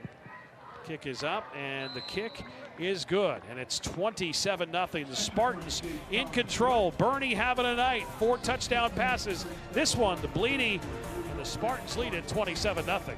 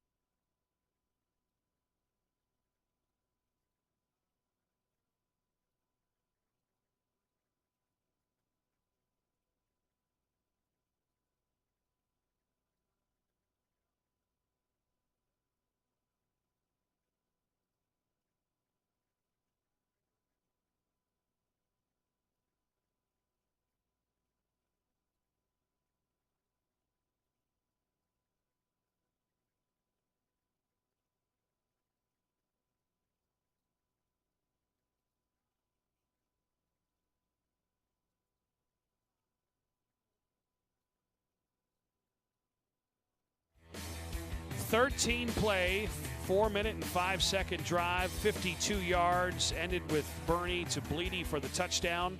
Bernie 11 of 24, 202 yards and 4 touchdowns tonight. Here is your Highmark Blue Cross and Blue Shield of Pennsylvania kickoff. The Cougars get the return up to the 30-yard line. It's time to raise the roof. Brought to you by Abel Sun Roofing and Siding as the Milton Hershey cheerleaders raising the roof here tonight. Raise the roof, Abel Sun Roofing and Sidings. And also the umbrella needs to be raised tonight with the rain we've had at Henry Hershey Field. Not raining as hard as it was, but definitely raising the umbrella tonight here at Milton Hershey School. 27-0. Pitching the shutout, this defense that has given up all these points. This would be something for them. Coach Boger would be extremely happy as his defense could come and pitch a shutout here in Week 9, a few weeks before the District 3 playoffs begin. Kowalski to throw. Kowalski has the completion to Kleinfelter. Kleinfelter had a catch in the first half, his second grab of the night, now 10 on the season for Kleinfelter, and that goes for a first down. Good pitch and catch right there, picking up the first down. Pickup of 11 yards and a first down for the Kowalski to Kleinfelter catch. First and 10 from the 41. Here comes pressure. Kowalski rolling out, eyes still downfield. Now he's going to run it. Gets across the 45, close to midfield, and stopped at the 47-yard line. So Kowalski running for his life, but picks up a good chunk of yards. And there's an injured player. Time for OSS Health injury report. OSS Health, high quality orthopedic care. As there is an injured Spartan on the far side. I believe that might be number 18, Michael Bleedy, who just had that touchdown catch last time on offense. There he is, number 18, tackling Kowalski. Yeah, they ran into each other. Bleedy ran into friendly fire there, ran into a fellow Spartan, and he is the injured player, but he's getting up and walking away on our OSS Health injury report. OSS Health, high quality orthopedic care. So good to see Bleedy, who had that touchdown catch, getting off the field, the 6'2", 230-pound senior. Pretty good for Milton Hershey the last 2 or 3 years he's played varsity football. One thing about this Milton Hershey squad, they had a good off-season. They were at a couple of 7-on-7 things. They went to Millersville team camp. They got together 2 nights during the week from April to June before the kids left. This is a unique situation because all the students live here all year round, but in the summertime they go back to where they are originally from, which is all over the country. Kowalski, incomplete.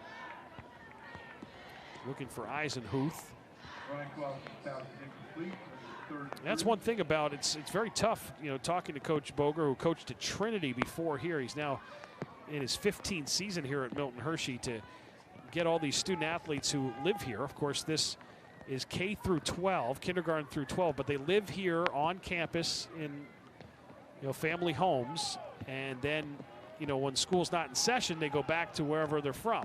Yeah. And that's from different spots all over the country, and different cities, so it's hard to have the workouts that other teams have during the summer, but they were able to do it this year for Coach Boger, and they were able to have the 7-on-7 work, which really helped. There's a first down run and a kitchen saver first down as they give it to Risser, who has a nice cutback. I'll tell you, this sophomore, you got to be impressed with the way he's run the football tonight, and that is encouraging for the Cougars. We only have 2 wins this season, but they are a young team. They were really young last year in Coach Pavone's first year, but they're still young, and they'll have some more experience back next season. Kowalski to pass. He's only a junior. He'll be back next season. Firing downfield and incomplete. Was looking for McCrudy, number 7. Second down coming up. Getting back to, you know, Milton Hershey, with things they were able to do on the offseason. I think going to, taking 55 guys to Millersville team camp was big. The 7-on-7 stuff was also very big for them, working in the offseason.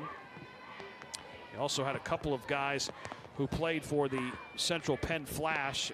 Angel and Mo and Bleedy and Roscoe all played at Spooky Nook.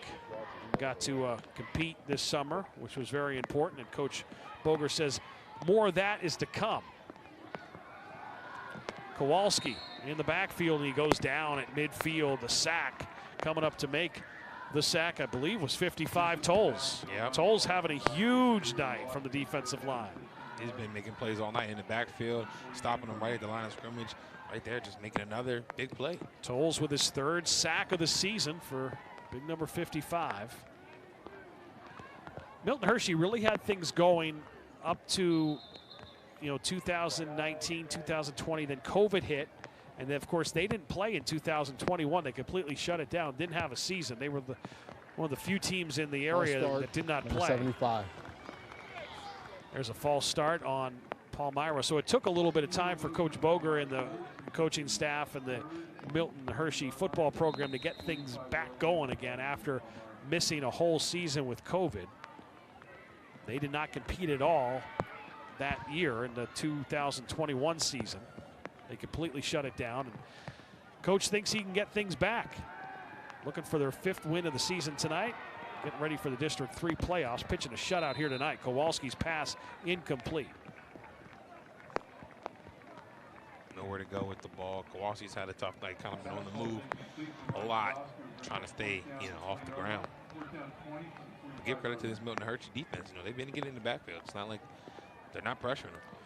The sophomore Braxton is over 100 yards rushing tonight. 15 carries for 102 yards. So that's encouraging for him. Came into this game with 459 yards. Throws up 102 on 15 carries tonight. 4th down for the Cougars, and they'll go for it. 4th and 20 from their own 45-yard line. Down 27-0.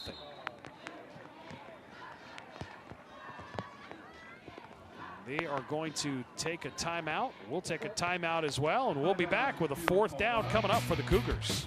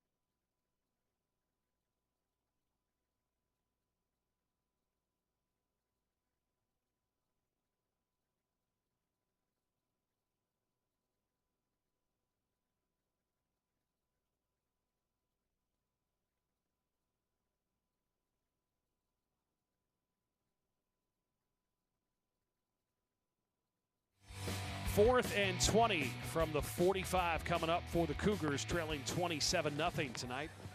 Milton Hershey, week number 9 of the WellSpan Sports Medicine's Friday Night Rivals. Kowalski was 4 of 7 in the first half for 24 yards and an interception. The big 4th down for him. 1 for 1 on 4th downs tonight. Has the completion, but shy of the first down. Cottrell made the stop. John McDaniel with the catch, his 2nd catch of the night. McDaniel's 18th catch of the season. I already mentioned about McDaniel nursing a bad hamstring, and looks like he gets up slowly there. McDaniel had a huge game last week. Last week he had a 52-yard touchdown, an 11-yard touchdown, and 101 yards receiving for McDaniel, who's been nursing a bad hamstring for the last couple of weeks. So the Spartans will take over on downs. Here's a look at the Cougars. As I mentioned before, you take away the Cedar Cliff game and the McDevitt game, which those 2 teams score a lot of points on both teams. That the Cougars defense has been pretty good. I mean, even tonight, I think their offense put them in some bad spots where Milton Hershey was able to score on turnovers. And this is a Milton Hershey team that averages 31 points. They're close to that at 27-0 score now. Of course, last year, this Palmyra defense, Nate Monroe, the defensive coordinator, put in a new system. They fly around. They feel comfortable with what they're doing. And when you feel comfortable, then you can be confident, right, Keon? Yeah, that's true. That's true. 2nd and 5 for the Spartans. The handoff on the run. That's Taylor. Taylor gets his 2nd carry of the night. Taylor with a nice run for the junior. He had 1 carry for 2 yards tonight. And there his 2nd carry picks up enough for a 1st down, and that moves the chains on the Anthony Taylor run, a kitchen saver 1st down run. Jason Burney with 4 touchdown passes tonight after a 5 touchdown passing performance a week ago and a wild win over Lower Dolphin.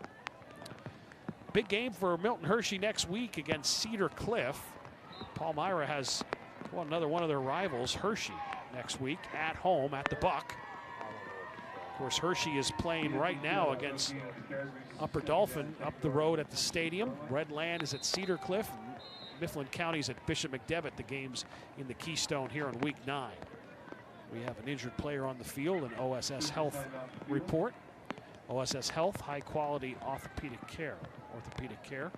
Injured Palmyra player.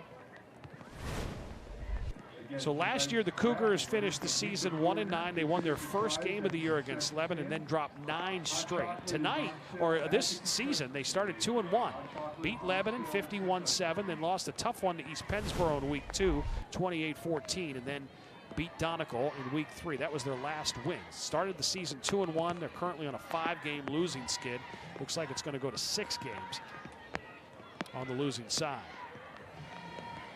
Looks like they're working on the foot of the injured Cougar. Cougars are young.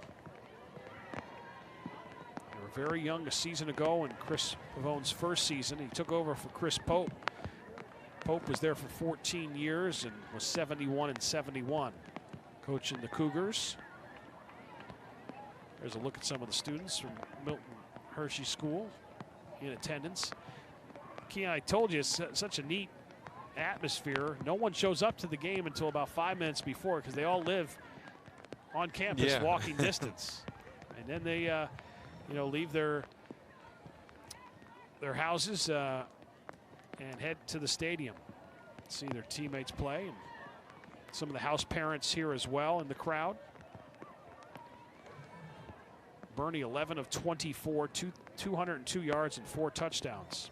Coming up next week, hard to believe it's the final game of another great season of Friday Night Rivals. And it's a big 6A showdown. Can't wait for this one. It's Harrisburg, the Cougars, they're 7-1. Will take on the Central Dolphin Rams, who are 5-3. Harrisburg plays tomorrow against Chambersburg. The Rams playing their rival tonight over at Landis Field against Central Dolphin East. So that'll be the big game next week. That's a big game in the 6A, too, as well. 6A playoffs in District 3, 6 seeds get in. Everybody will play the weekend of November 10th. Right now, Manheim Township is the #1 seed. They're the team that beat Harrisburg. Then Harrisburg's 2, Central York 3, York High 4, Wilson 5, Central Dolphin is 6. Sitting at that 6th spot, and only 6 teams get in. Right now, if the season would end now, Central Dolphin would play Manheim Township, and Harrisburg would get Wilson on November the 10th. So only 6 teams get in. Central Dolphin needs a win tonight over East. Make sure they're one of the in that top 6 seed when the district playoffs start in a couple of weeks in 6A. We'll have those 2 teams next week on our season finale of Friday Night Rivals. Burney sacked. Brought down at the 45-yard line, and the big sack coming up. Big sack by Orlando. Titus Orlando, the 6'3", 185-pound senior, gets his first sack of the season. Sacks Burney back at the, going to mark the ball at the 48-yard line is where it's marked. So a 3rd and 16, a loss of 6 on the sack by Orlando. Bernie sends Roberts in motion. And there's a penalty marker down.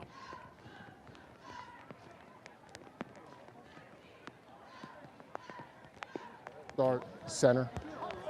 And that'll be on the center. And another penalty on the Spartans. An area that Coach Boger knows is a problem and has addressed and wants to clean up. So less penalties. Send Roberts in motion. Bernie looks that way, now spins back, looks to set up the inside pass to Cottrell. Cottrell couldn't hold on to it, incomplete for the screen to Cottrell. 4th down coming up now for Milton Hershey. You know, Keon, every time I talk to Coach Boger, we always bring up the Dolphins. He's a big Miami Dolphins fan. And he's having a good year this year. Yeah, Dolphins are pretty good. Got the Eagles on Sunday, though. Should be Yeah, good. that'll be a big game. They were playing the Panthers this week, and I said, Coach, you know, the Miami should score maybe another 70, and I almost jinxed them because they were down 14-0 in that game and then stormed back and won pretty comfortably. Gage Thomas with the punt. Punt is taken at the 25-yard line. And on the return there is Kleinfelter. Coming up tomorrow, college football will start at noon. Air Force and Navy, an Armed Forces game. And then at 3:30, big game in the SEC, Tennessee and Alabama. And Sunday, the NFL on CBS 21 starts at noon with the NFL Today with JB and the guys from New York. And then it's a big NFC East matchup. Doesn't matter what the records are when Washington and New York get together. And the Chiefs and the Chargers at the second game of the doubleheader on Sunday. 1:35 to go in this third quarter, 27-0. Milton Hershey in control of this one. Milton Hershey looking to make it back-to-back victories and get their 5th win of the season. That is a nice run there by Konecki. Kyle Konecki picks up 8 yards, 2nd and 2. Konecki had 2 carries for 16 yards in that first half. Good run by Konecki. He is a senior.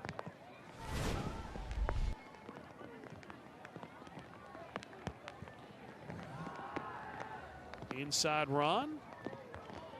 Good run here. That is Kaplan. Kaplan on the move, heading down the sidelines. Kaplan at the 10 and gets pushed out at the 10-yard line.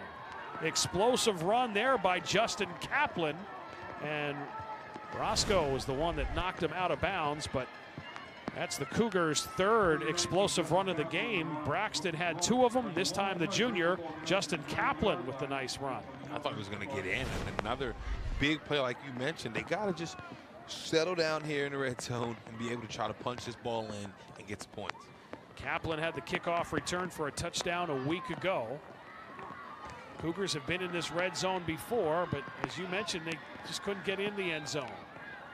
Give it back to Kaplan. He gets inside the 5-yard line down to the 4. So let's see if the Cougars could punch it in. 2nd and 4.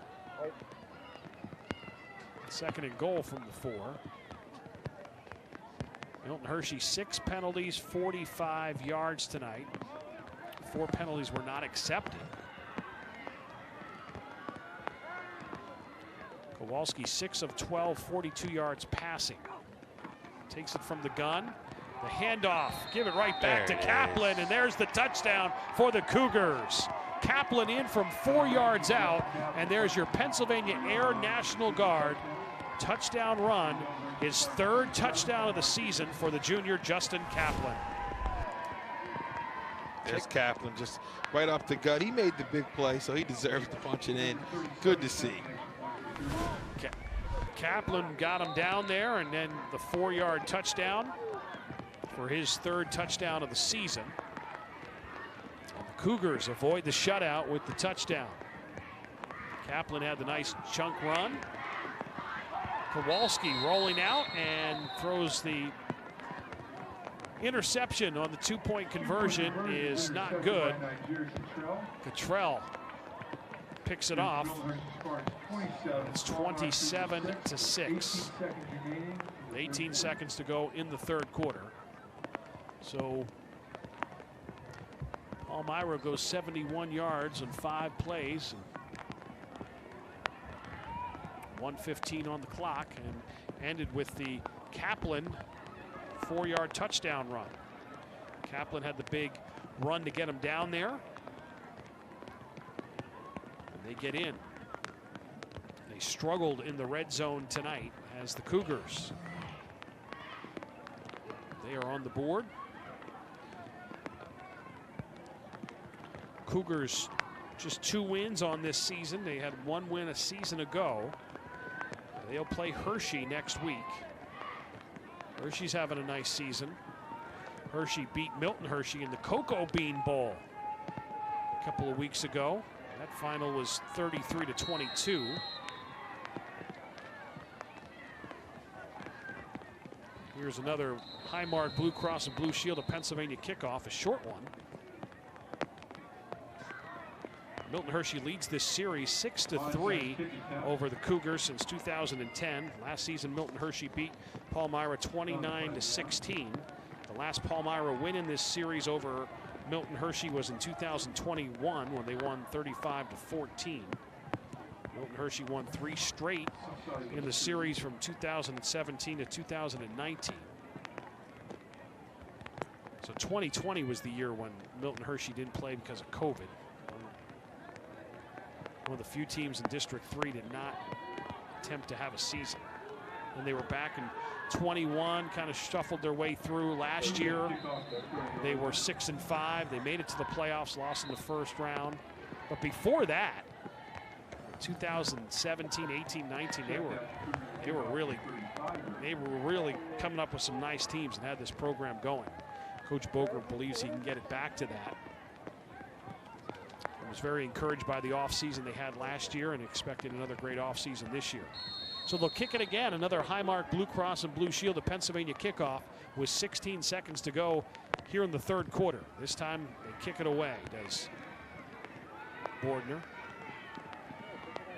And on the return from the 10-yard line, spinning backwards is Mo. Mo still on his feet. Mo spinning and gets out of bounds. Mo Karoma on the return. Takes it out to the 20-yard line. 1st and 10 with 7 seconds to go in this third quarter. Don't forget, coming up in the fourth quarter, we'll have the Anderson Chimney Sweeps catch of the game. We'll also have the Champions Trophy presentation with Keon down on the field. All still coming up on WellSpan Sports Medicine's Friday Night Rivals on MyTV Central PA. A couple of seconds to go before the fourth quarter. Glad you could be with us tonight. Phil Shaner alongside Keon Claiborne.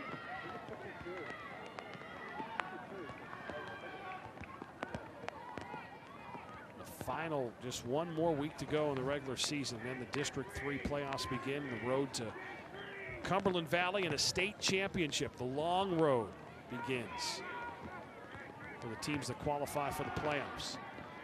Hand off to Cottrell. That'll be the final play of the third quarter. We're heading to the fourth quarter. It's all Spartans tonight. Jason Burney putting on a show with 4 touchdown passes. Fourth quarter's coming up. 6 yards.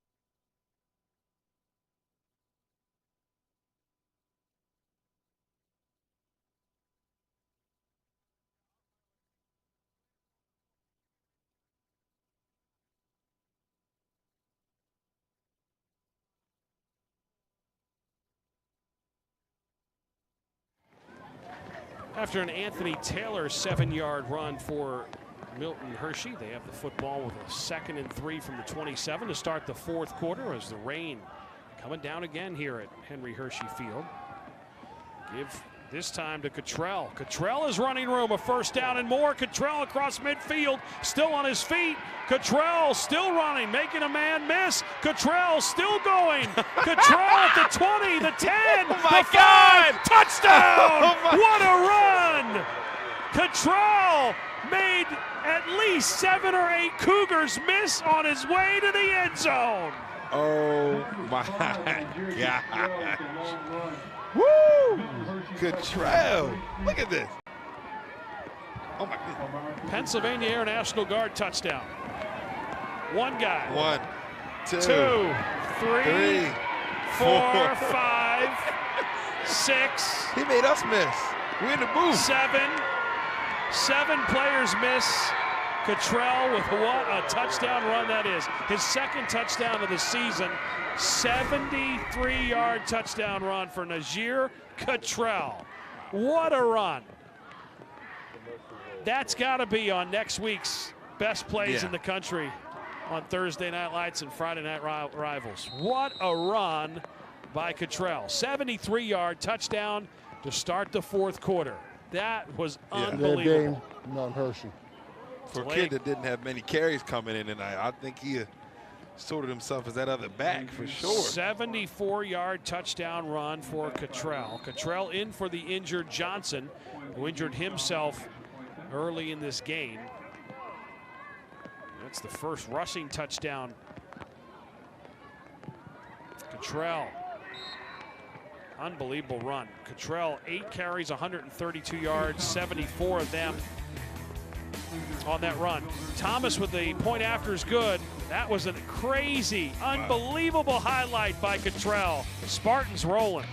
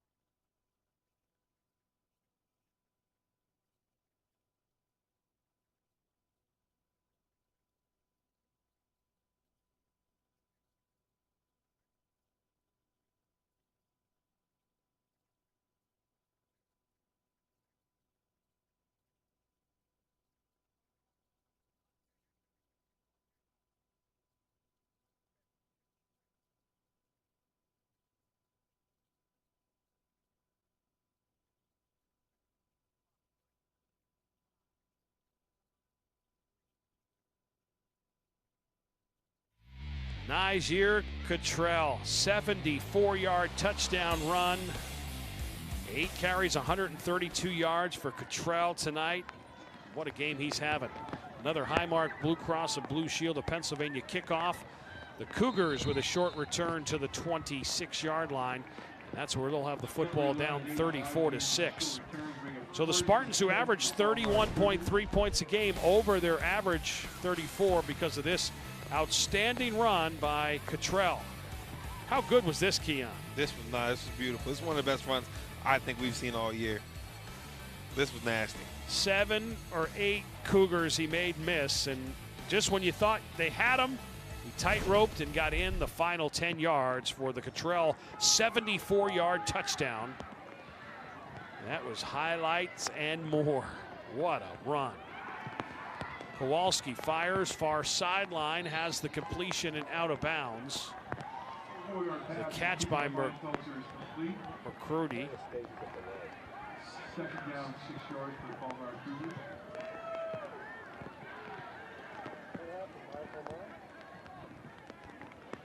Solo. 2nd and 6.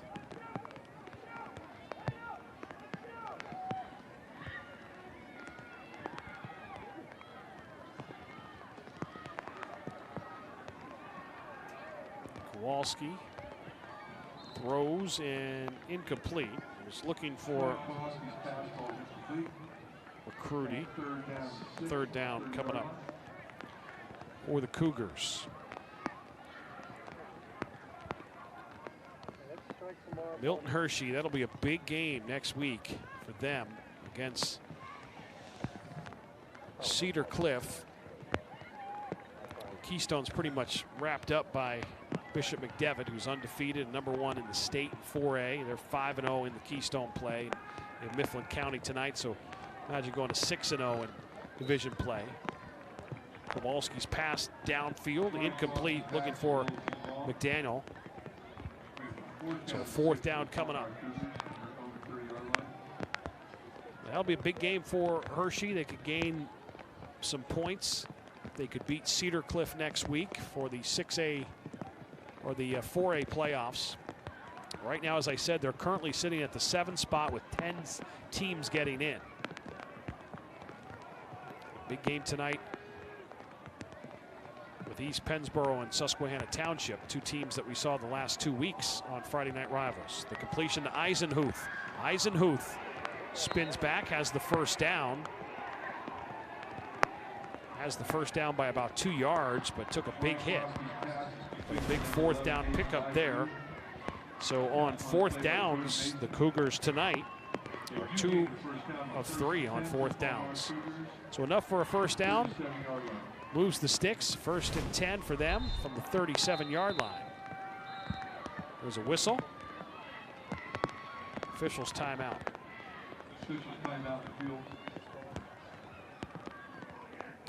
So the Cougars, with only 2 wins this season, after a 1-win season a year ago.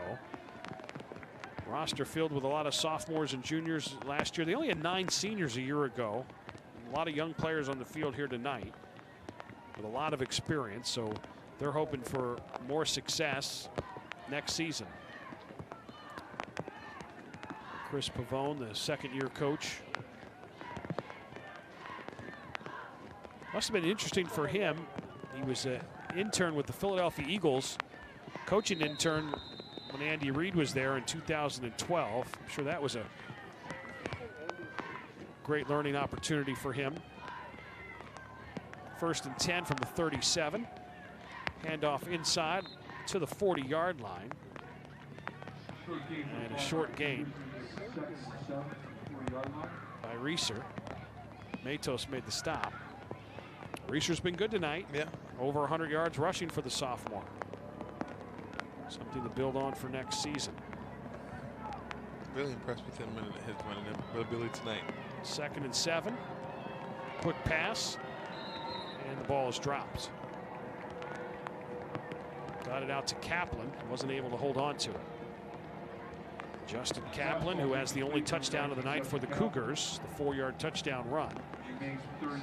Drops that pass. Only had 6 catches for 20 yards coming in, so he doesn't catch too many balls out of the backfield.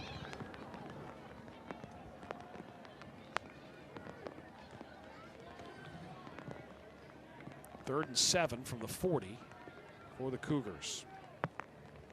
2 of 7 on 3rd downs in the first half for the Cougs. Incomplete. Good coverage by the Spartans defense. Kowalski's pass incomplete. Kowalski completing 50% of his passes. He's thrown an interception tonight. So he has 7 touchdowns, 7 interceptions on the season for the first-year starting quarterback. Talking to Coach Pavone, he said about Ryan, he's getting better as the season went on. First-year starter, that's one thing they had to remember. So one thing he did, the game's kind of slowing down for him, and he's getting more confident. He's protecting the football better over the last couple of weeks. The beginning of the season, he was just trying too much, Coach said, and rushed things and had a lot of early turnovers in the first couple of starts in the first couple of weeks of the season. Kowalski on 4th down, rolling, firing, incomplete. Would have had enough for the first down as they trying to hook up at midfield with McCrudy, but McCrudy couldn't catch it. It's coverage right there from Matos.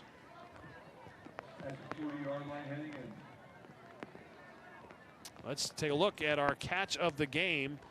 The Anderson Chimney Sweeps catch of the game has to be the one-hander. Great concentration there by Angel Roberts. Was that pretty or what? And there it is. our Anderson Chimney Sweeps catch of the game. Anderson Chimney Sweeps, like a good receiver, Anderson Chimney Sweeps is here. South Central Pennsylvania's chimney venting system experts. Great catch of the night there for Coach Boger's team by Angel Roberts, our Chimney Sweeps catch of the night. 10:09 to go in the fourth quarter, and the Spartans with the football back. Hand off to Cottrell. Good first down run by Cottrell, who had that incredible 74-yard touchdown, last offensive opportunity for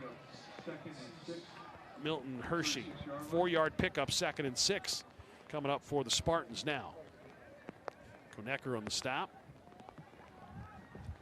Now, even when Johnson does hopefully comes back from injury, hopefully next week and whenever, Cottrell now, you know, got a 1-2 punch. Yeah, there. for sure. That'll help in the playoffs. Cottrell again makes a man miss. Penalty marker comes down. Looks like he had enough for the close to the first down, but off the wait on the penalty on the Cottrell run.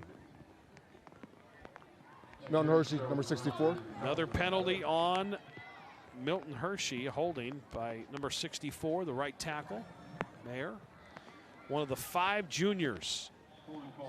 Brand new offensive line for Coach Boger. He put 5 juniors out there, and he said growing pains the first couple of weeks, he said, but he's been proud of the way this unit has come together, and he's very excited about the fact that these 5 juniors will be 5 seniors, have your entire offensive line back next year with 1 full year of experience. That is going to be huge for Milton Hershey next year. So the penalty takes him back a 2nd and 14. Cottrell hit hard. Cottrell was hit very hard by Orlando. Orlando has some. He's had some sticks in this second he half. He's 6'3", 185 pounds, and watch him fill that hole pretty quickly. Titus Orlando. Yeah, I don't think we've seen Jones since the injury. I'm not familiar with. Definitely seen Orlando on a couple plays. Now Jones is back up there. Orlando wore number 9, and then they flipped him to 59. They actually threw some passes to Orlando earlier this season offensively. Pushing the pile straight ahead, close to the 40-yard line. Back to the original line of scrimmage, so pickup of about 4. Anthony Taylor picks up 4 yards. Anthony Taylor, a junior. He'll be the guy next year. Cottrell and Johnson are both seniors. Yeah. So Anthony Jr. will be the featured back next year, along with, you'll see him next season.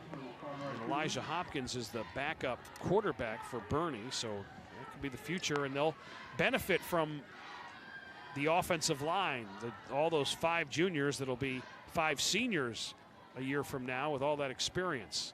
Thomas to punt it. Fair catch called for at the 9-yard line, and that's where the Cougars will have the ball. 7 minutes and 46 seconds to go. 34-6 the score.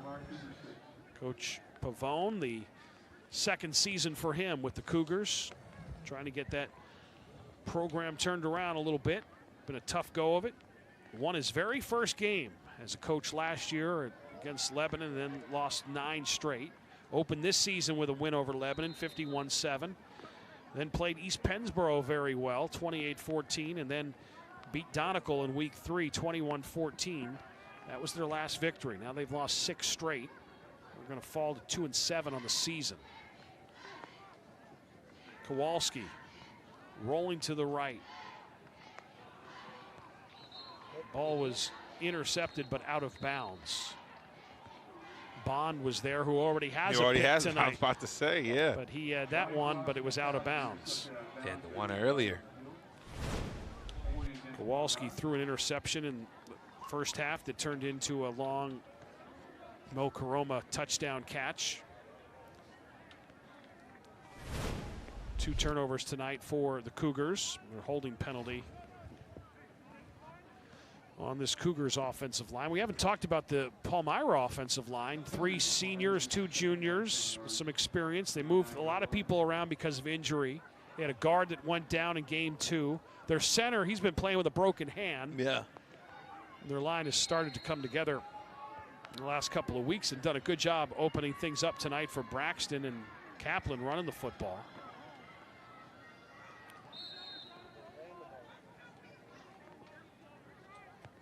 And that's Kaplan on the run there, and the stop by Tolles. Tolles is we called his name a lot. Came into this game with 29 tackles, is close to double digits in tackles tonight for the Spartans defense.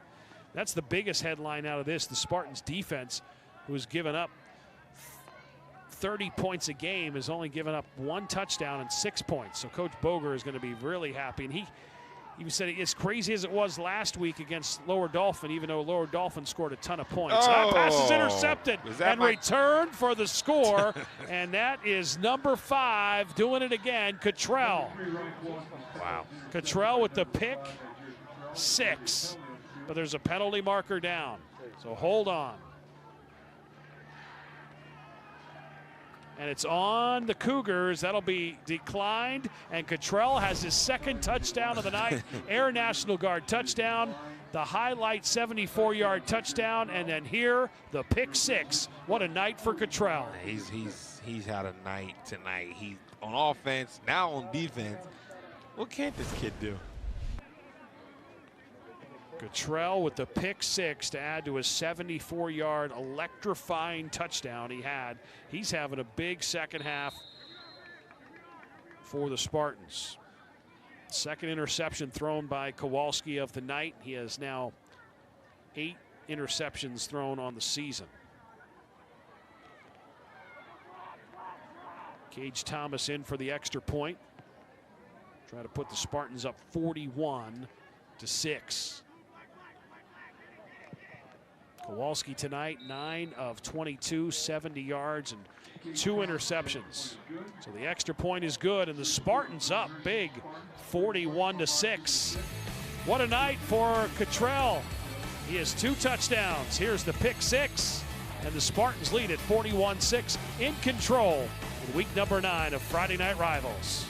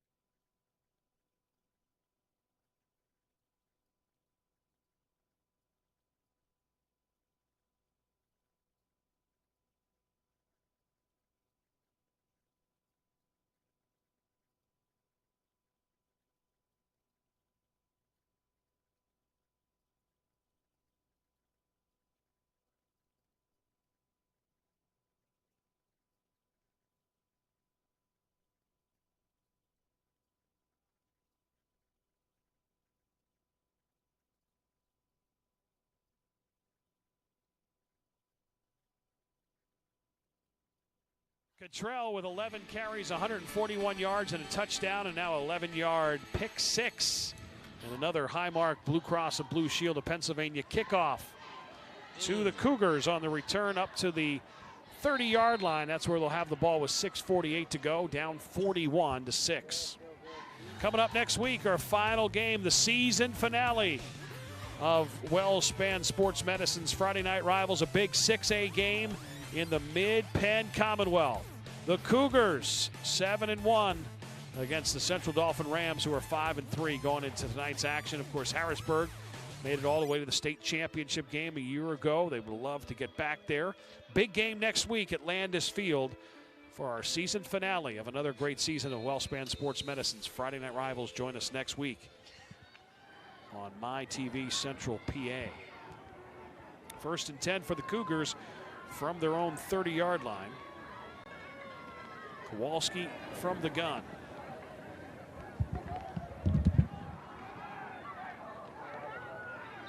Hand off to the sophomore. Braxton, tough yard straight ahead. Braxton tonight over 100 yards, 17th carry there. That's his 106th yard of the game. Kaplan, 8 carries, 78 yards, and the only touchdown of the game for the Cougars. Eisenhuth, 2 catches, 17 yards. Kowalski, 9 of 22, 70 yards passing, and 2 picks.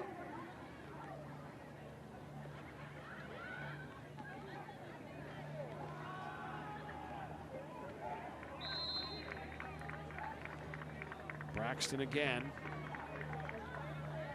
gets to the line of scrimmage, and that's it.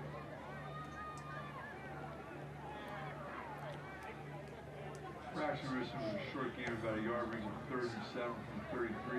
So down by Malachi Tolles. Tolles made another stop. Risser has carried it 18 times tonight. Like I said, he had a tough week last week. Only had 6 carries for 15 yards, fumbled the football. Having a great week this week for the Cougars.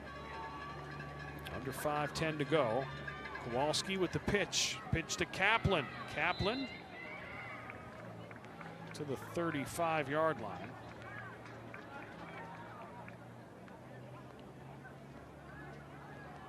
Zogard made the stop for Hershey after a 2-yard gain.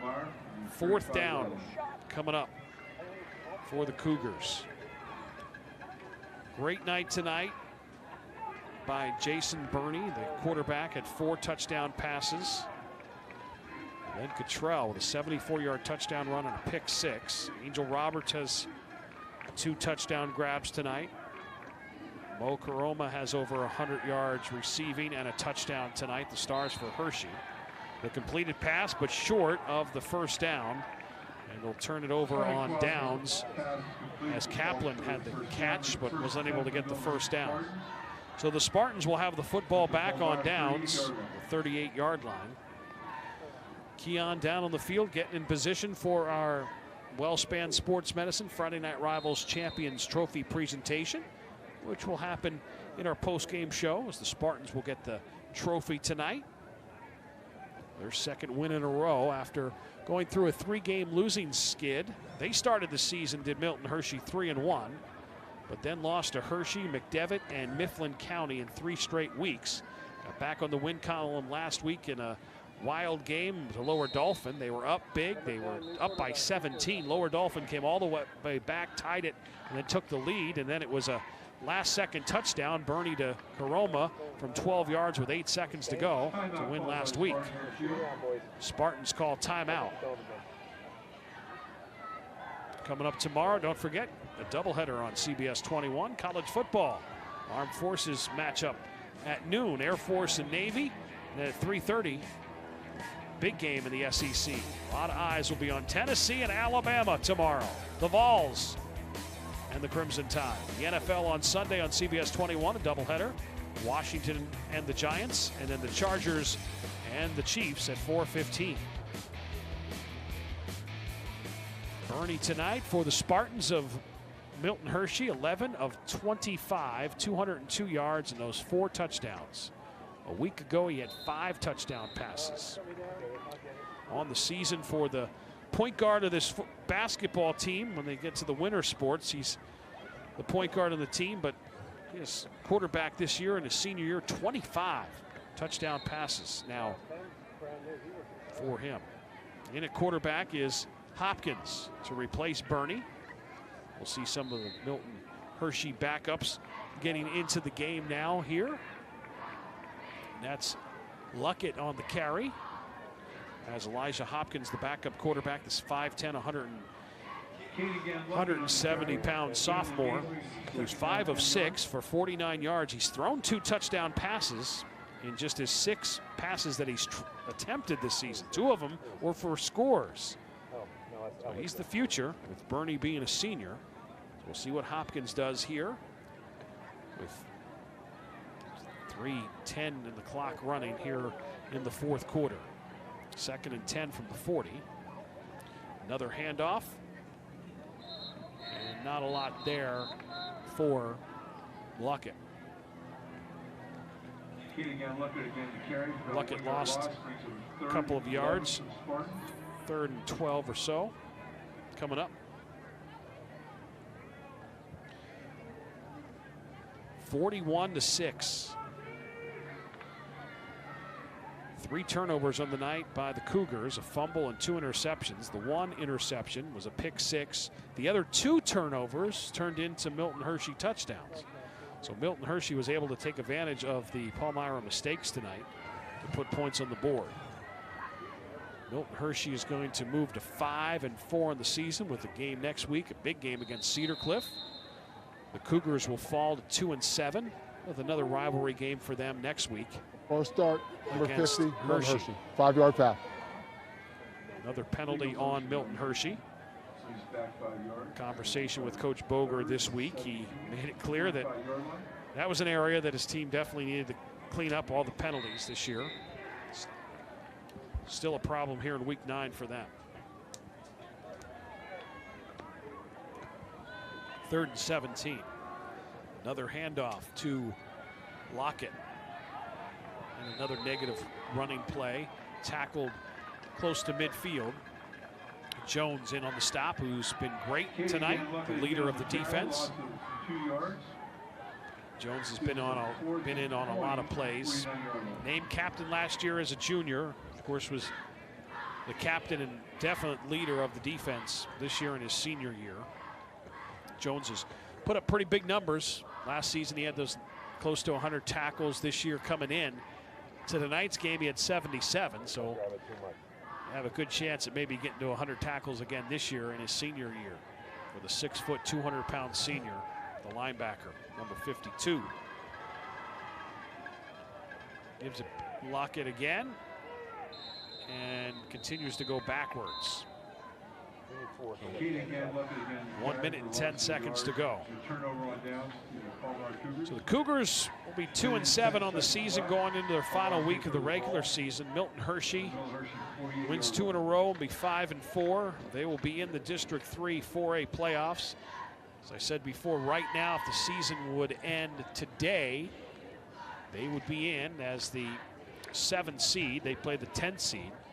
Have to play in the first round as 10 teams make it in. And Richmond, my wonderful spotter tonight. Thank her for coming out. Lower Dolphin sophomore student. Pass complete, far sideline. Out of bounds at the 41-yard line on that catch. Kleinfelder makes the catch.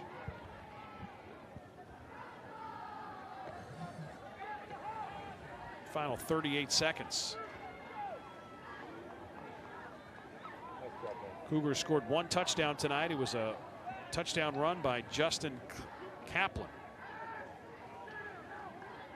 Their sophomore running back, over 100 yards receiving. Ball is intercepted, picked off at the 10-yard line. Another interception, the 3rd of the night for this Milton Hershey defense. And coming on the return up to the 43-yard line. So the 3rd interception of the night by Kowalski. And Lovett made the pick for Milton Hershey. The freshman, Keon Lovett, with the pick and the nice return. So there's a special moment for Lovett. 3 interceptions on the night.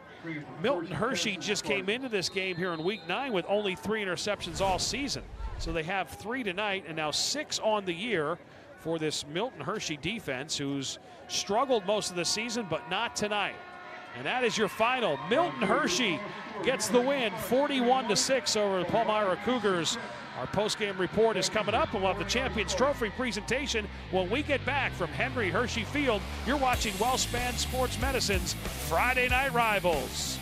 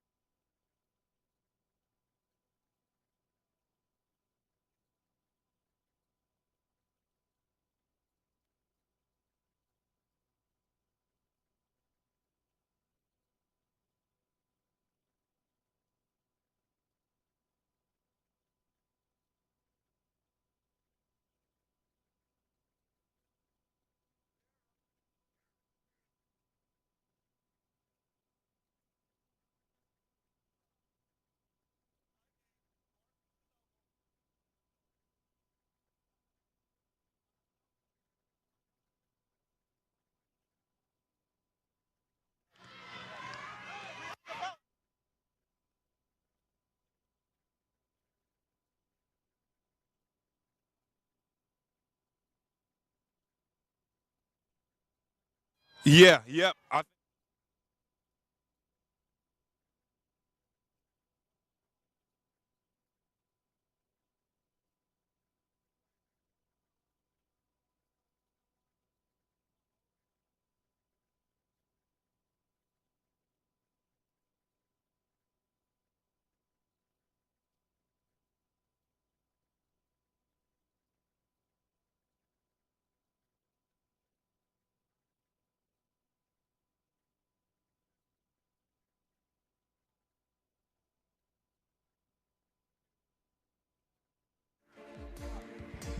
Milton Hershey rolls tonight 41-6 over Palmyra, week number 9 of WellSpan Sports Medicine's Friday Night Rivals. Time to head down to the field for our Champions Trophy presentation. Keon Claiborne, take it away. All right. Thank you, Phil. Coach, you know, you guys had a dominant performance here tonight. What could you say about your ball club? I like how they played. I like how we played defensively tonight. We need to continue that moving forward, and we look forward to playing next week against Cedar Cliff. Yes, sir, most definitely. Week 9, Friday Night Champions, Milton Hershey. There it is, our Friday Night Rivals Champions Trophy presentation. Milton Hershey, Jason Burney, 11 of 25, 202 yards, 4 touchdowns for the senior quarterback. He was a star. Mo Karoma, the senior wide receiver, 4 catches, 113 yards and a touchdown. Angel Roberts had 5 catches, 68 yards and 2 touchdowns. And how about Cottrell? The pick 6 and a 74-yard touchdown run. Cottrell, 11 carries, 141 yards in the victory, and the defense only gave up 6 points. Coach is excited about that. Well, CBS 21 would, don't forget, coming up next week, it's the final week of our regular season, and it wraps up another great season of WellSpan Sports Medicine's Friday Night Rivals. It's a big game in 6A at Landis Field is where we'll be.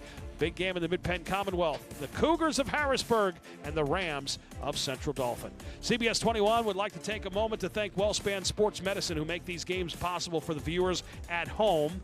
We'd also like to thank all the sponsors that make Friday Night Rivals happen each and every week. WellSpan Sports Medicine, Highmark Blue Cross and Blue Shield, Schellenberger Januzzi Wolf LLP, Bathfitter, Kitchen Saver, West Shore Home, Pennsylvania Air National Guard, Able & Son Roofing, Members One Federal Credit Union, Pennsylvania Army National Guard, OSS Health, Giant Foods, Anderson Chimney Sweeps, and Barber Styling Institute, as well as Palmyra and Milton Hershey teams, athletic directors, coaches, administrators, and athletes. To watch this game anytime, anywhere, just go to CBS21.com.